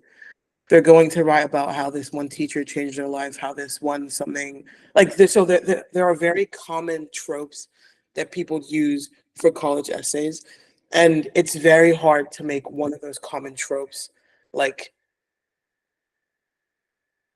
make you stand out in a sense. So I think just you really do need to dig deep. Like the college essay is not something that you can wake up, write in a day and turn it in. You have to dig deep. You have to do a lot of soul searching to see what you want to put on a piece of paper to determine the rest of your life. So do a lot of soul searching, figure out who you are, how your life experiences have led you to be where you are and who you are today, and figure out the best way to condense 18 years of life into potentially like maybe a 2 or 3 page paper or essay.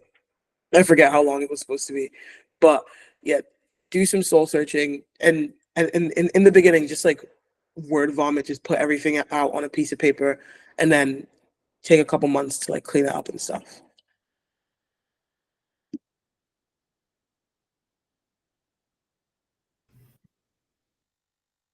So Okay, so yeah, go ahead. Thanks, for Sarah. me, I wrote about my essay to the US schools was about Christmas mornings. That's what I wrote about. So I wrote about how I hated Christmas mornings and how I learned how to be grateful. I'm trying to summarize it so I don't go deep into the essay, but that's what it was about. So just like Susan said, you have to dig deep, do a lot of soul searching.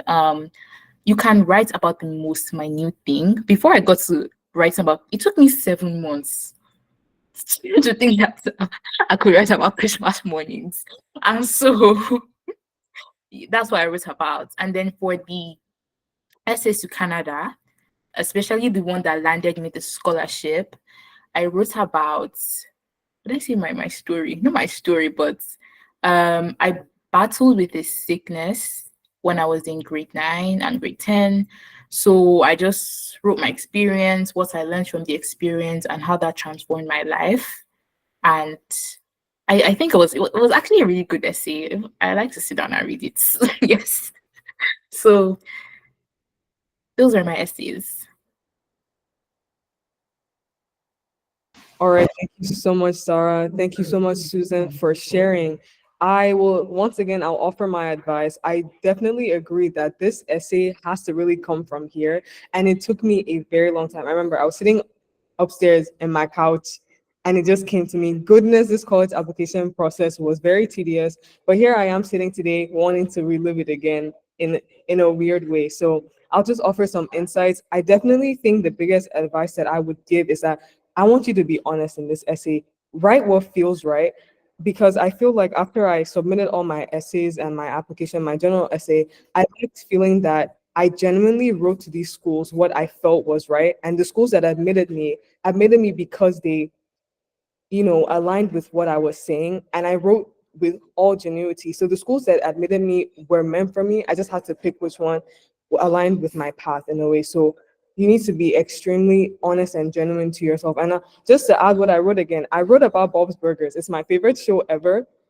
I love cartoons, and I was able to tie that into the major, which I was doing, which is architecture, and I sold it in such a way. So I tied the show to en- enhancing my understanding of what the physical representation of culture should look like. Because I'll be honest, I did struggle with my cultural identity at a point, and this show helped me do that. You see how something so simple in your life is so significant? I want you all to look for that, find that, because you probably are thinking, oh, nothing so significant has happened in my life. You just need to find that one little thing. And for me, it was Bob's Burgers.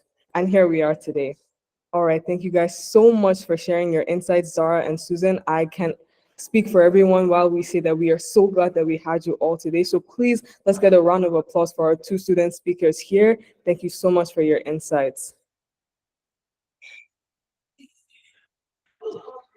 All right. Thank you guys so much. We'll be moving on. Okay, so we have reached the conclusion of our session. Thank you guys so much for coming. But obviously, here at the Bloom Africa and with Leader Labs, we have so much more for you. So what is next for us and what is upcoming? So this August, we have a Leader Labs for Getting to College, but UK edition. This September, we have a Getting to College 101, but for Africa, admissions in Africa. And this October, a very, very huge one. We have Cash for College, which will be a session that speaks all about financial aid, getting those scholarships and more. I know you guys do not want to miss that. So please follow us on our Instagrams and social media handles, which we will share later, so you can get all the information on this and register right on time. All right, so these are our social media handles here. We will be sharing this slide with you attendees. So please go ahead and follow us on Instagram, subscribe to our newsletter, and you'll be getting information first on all of this. All right, so while I am at it, I would love to pass the mic back to our founder, Ms. Tosin, so she can close us out and so we can take some photos. Can everyone please give a round of applause to Farida? She did such an amazing job. I think everyone would agree. Thank you so much, Farida. You were a fantastic, fantastic hostess. And a special, special thank you to our facilitator and leader for the day, Lola, Miss Lola, to you guys. She did a fantastic job, I think, of giving us so many great insights and things that I know I can speak for myself when I say I didn't know about those things. So, for example, talking to us about the concept of early decision, right? Binding versus non-binding, talking to us about how to sign up for the financial aid. I would personally pay that $30 to get the chance at that money. I didn't know about that. So just so many things that I learned during this session. And so like Farida said, our hope is that you will join us for the next couple of events that we'll have under this series. And so again, be a friend, right? Let people know that this is happening. Let them know that they can sign up, pass the word around. I think that would be wonderful. And so again, as the preview states, we have one coming up for the UK. I personally will tell you this. I think casting your net wide is always a good approach. And so even if you are in this session today and this is exactly where you want to go, where you want to, what country you're trying to go to, I would say still join the UK edition. Why is that? When I was applying to grad school, I remembered applying to all US colleges, and then something in my heart said, look at the UK. And so I did, and I lived in the US. So there was no reason for me to think about going to school in the UK. But the thing was, I ended up getting admission and a scholarship to a school in the UK. Now, I didn't go, but my point is, I would have never guessed that I would get an opportunity and a funded one from the UK if I hadn't just thrown the net out. So definitely encourage you to attend our next. And then for Africa, I know one of the things is, see, I'm a huge pro-Africa person. We have a lot of great institutions right there on the continent. Farida didn't share this, but I'll share it. She is going to American University in Cairo. I didn't know about the university until she told me about it. And then I researched it and I was amazed by it.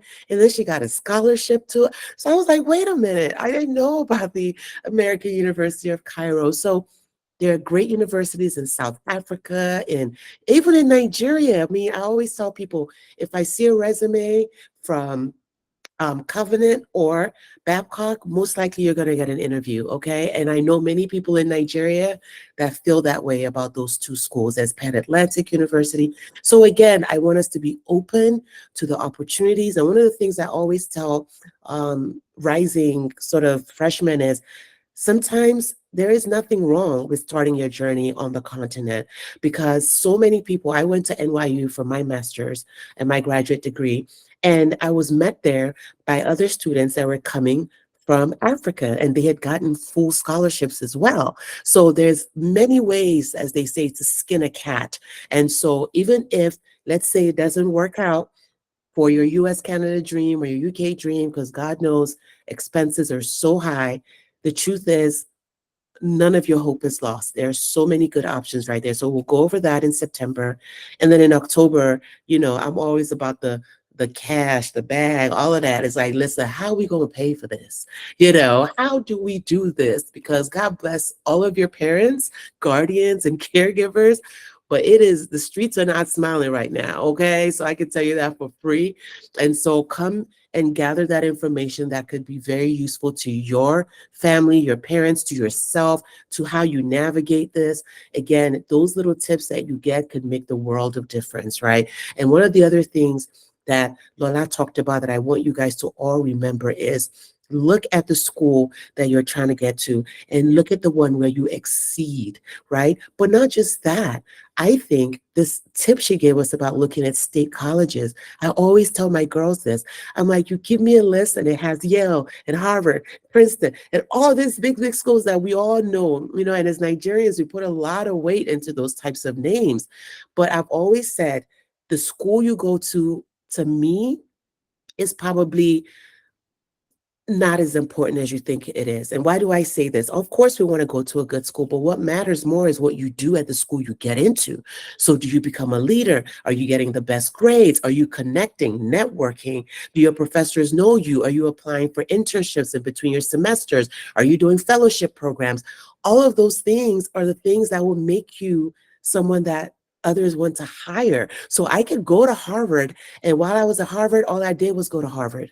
I just went to Harvard. I didn't really do too much. I did a little bit, but I wasn't as active as the person that went to a school that you didn't even hear about. But the person positioned themselves just right. They knew the right people. They knew the programs. They had interned. The company invited them back.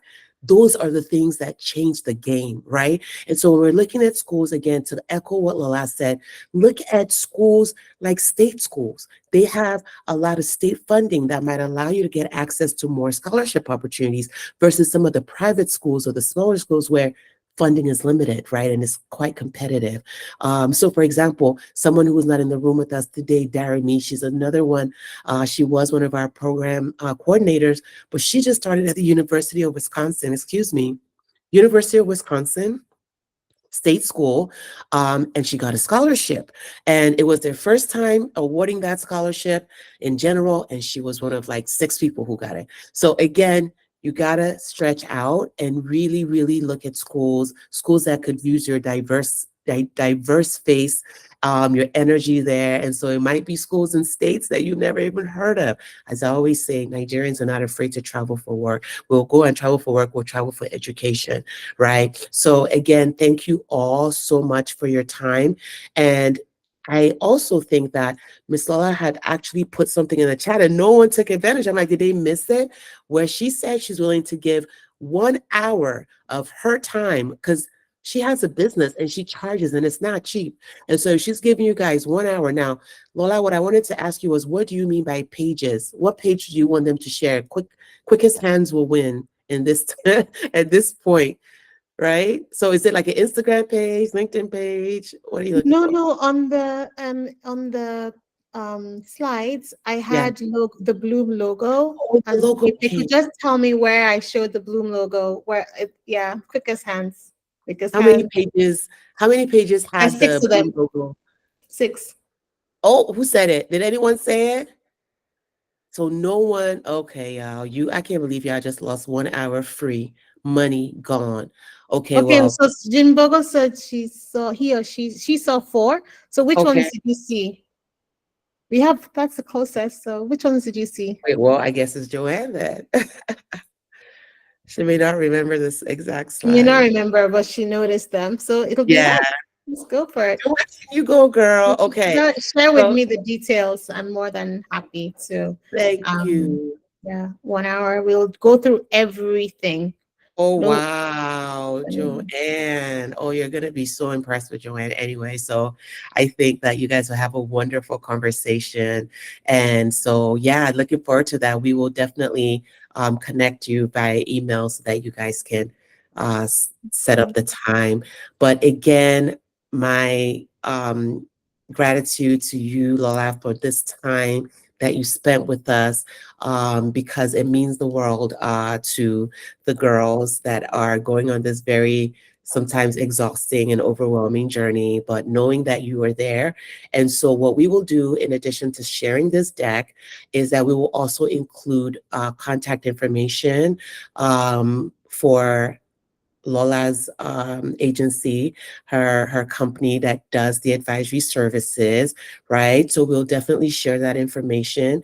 And then once you have that, if you wish to reach out to set up consultations, then you will have access to that. How does that sound, Lola? it's Good? very generous. Thank you. Thank Wasn't you expecting so that, much. but it was really my pleasure to come and just give you everything. This is not information that should be kept away from people. People need to know it. So thank you so much. And Ms. Tosin, the work you do is exemplary.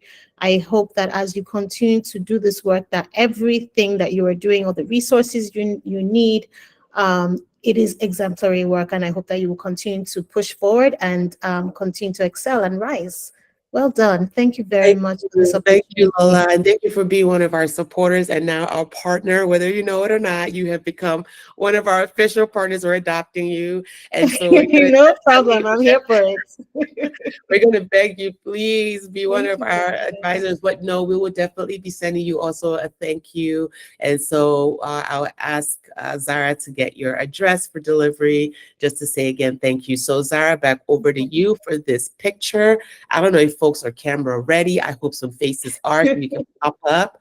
and we can take this photo and round up. So thank you again to everyone that was here today. I think we ended up having about 25 or more that, came and went. And so that's a really good. And so we hope that you guys will share the information with those in your network. Thank you. All right, Farida.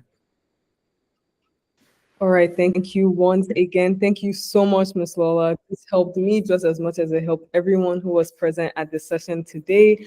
So we can take our photos. I'm going to pass the mic over to our LeadHer Labs lead, Dara, who is actually here with us today. So Dara, if you could instruct us on how you want us to take this photo. Okay, Farida, could you stop sharing your screen? Can we have our cameras on, Who is please? camera ready? I asked specifically for this. I said, sis, get your face together. We're about to be on camera for this close out. There we go. Hey, oh my gosh. Hi, everyone. I love seeing people's faces. I love seeing people's faces. Tolu, I'm looking at you. I'm looking at you. I'm waiting for you. Okay, so how do we do? What are we doing? So I am taking screenshots. You didn't tell us to smile now. Oh, you guys, I'm even testing it because it's like it's not even working. I just wanted to test one. Okay. Hi, Susie. Thank you for joining. We Thank you. can just say leader or something. Hi, Joanne, our ambassador. Fantastic. Okay, it should work now. So let's smile, or let's say LeadHer Labs or Okay. something. Let's All right. smile. Okay. 3, 2, 1, cheese. LeadHer Lab. LeadHer Labs. Awesome. Thank you. Thank you. And the other thing we'll do, Io will work on creating a short kind of summary on our social media, just some key points that we picked up today, just a few slides so that way you can share with your friends and family. And again, let them know to join our next couple of sessions, especially that one about cash. I'm telling you, you want to know where the money's at. So thank you all so much. And Farida, I'll let you lead us out. All right, thank you so much, Ms. Tosin. Once again, thank you so much to our student speakers, Susan and Zara, and a huge thank you to Ms. us today. I want to appreciate each and every one of you for taking time out of your afternoons to join us here today. Please look forward to our LeadHer Labs in September, this August, and in October to get the cash, as Ms. Tosin said. And I officially adjourn the session. Thank you guys so much. Thank you. Bye-bye. Thank you, everyone. Bye, everyone. Thank Bye. you.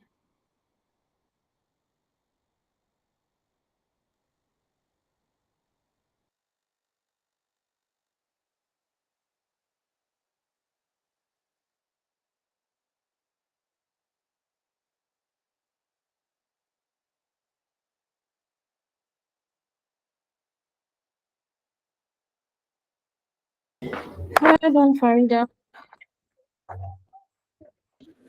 Oh, hi, Ayo. Well done. How are you feeling now? Oh, Are thank you you. going to now? Yeah, I'm about to start heading out to go. Sorry. Honestly, I just had to power through the whole thing, but yeah, still feel a little under the weather. Sorry. You should see the doctor. Right? Yeah. And when are you resuming? When are you going to Cairo? So right now I just have to like figure out the whole thing with them because August is almost over, right? So I just have Okay. to get everything ready. So right now I'm just communicating with them on when it'll be best for me to come in. Yeah. Oh, okay. That'll be great. Yeah. All right.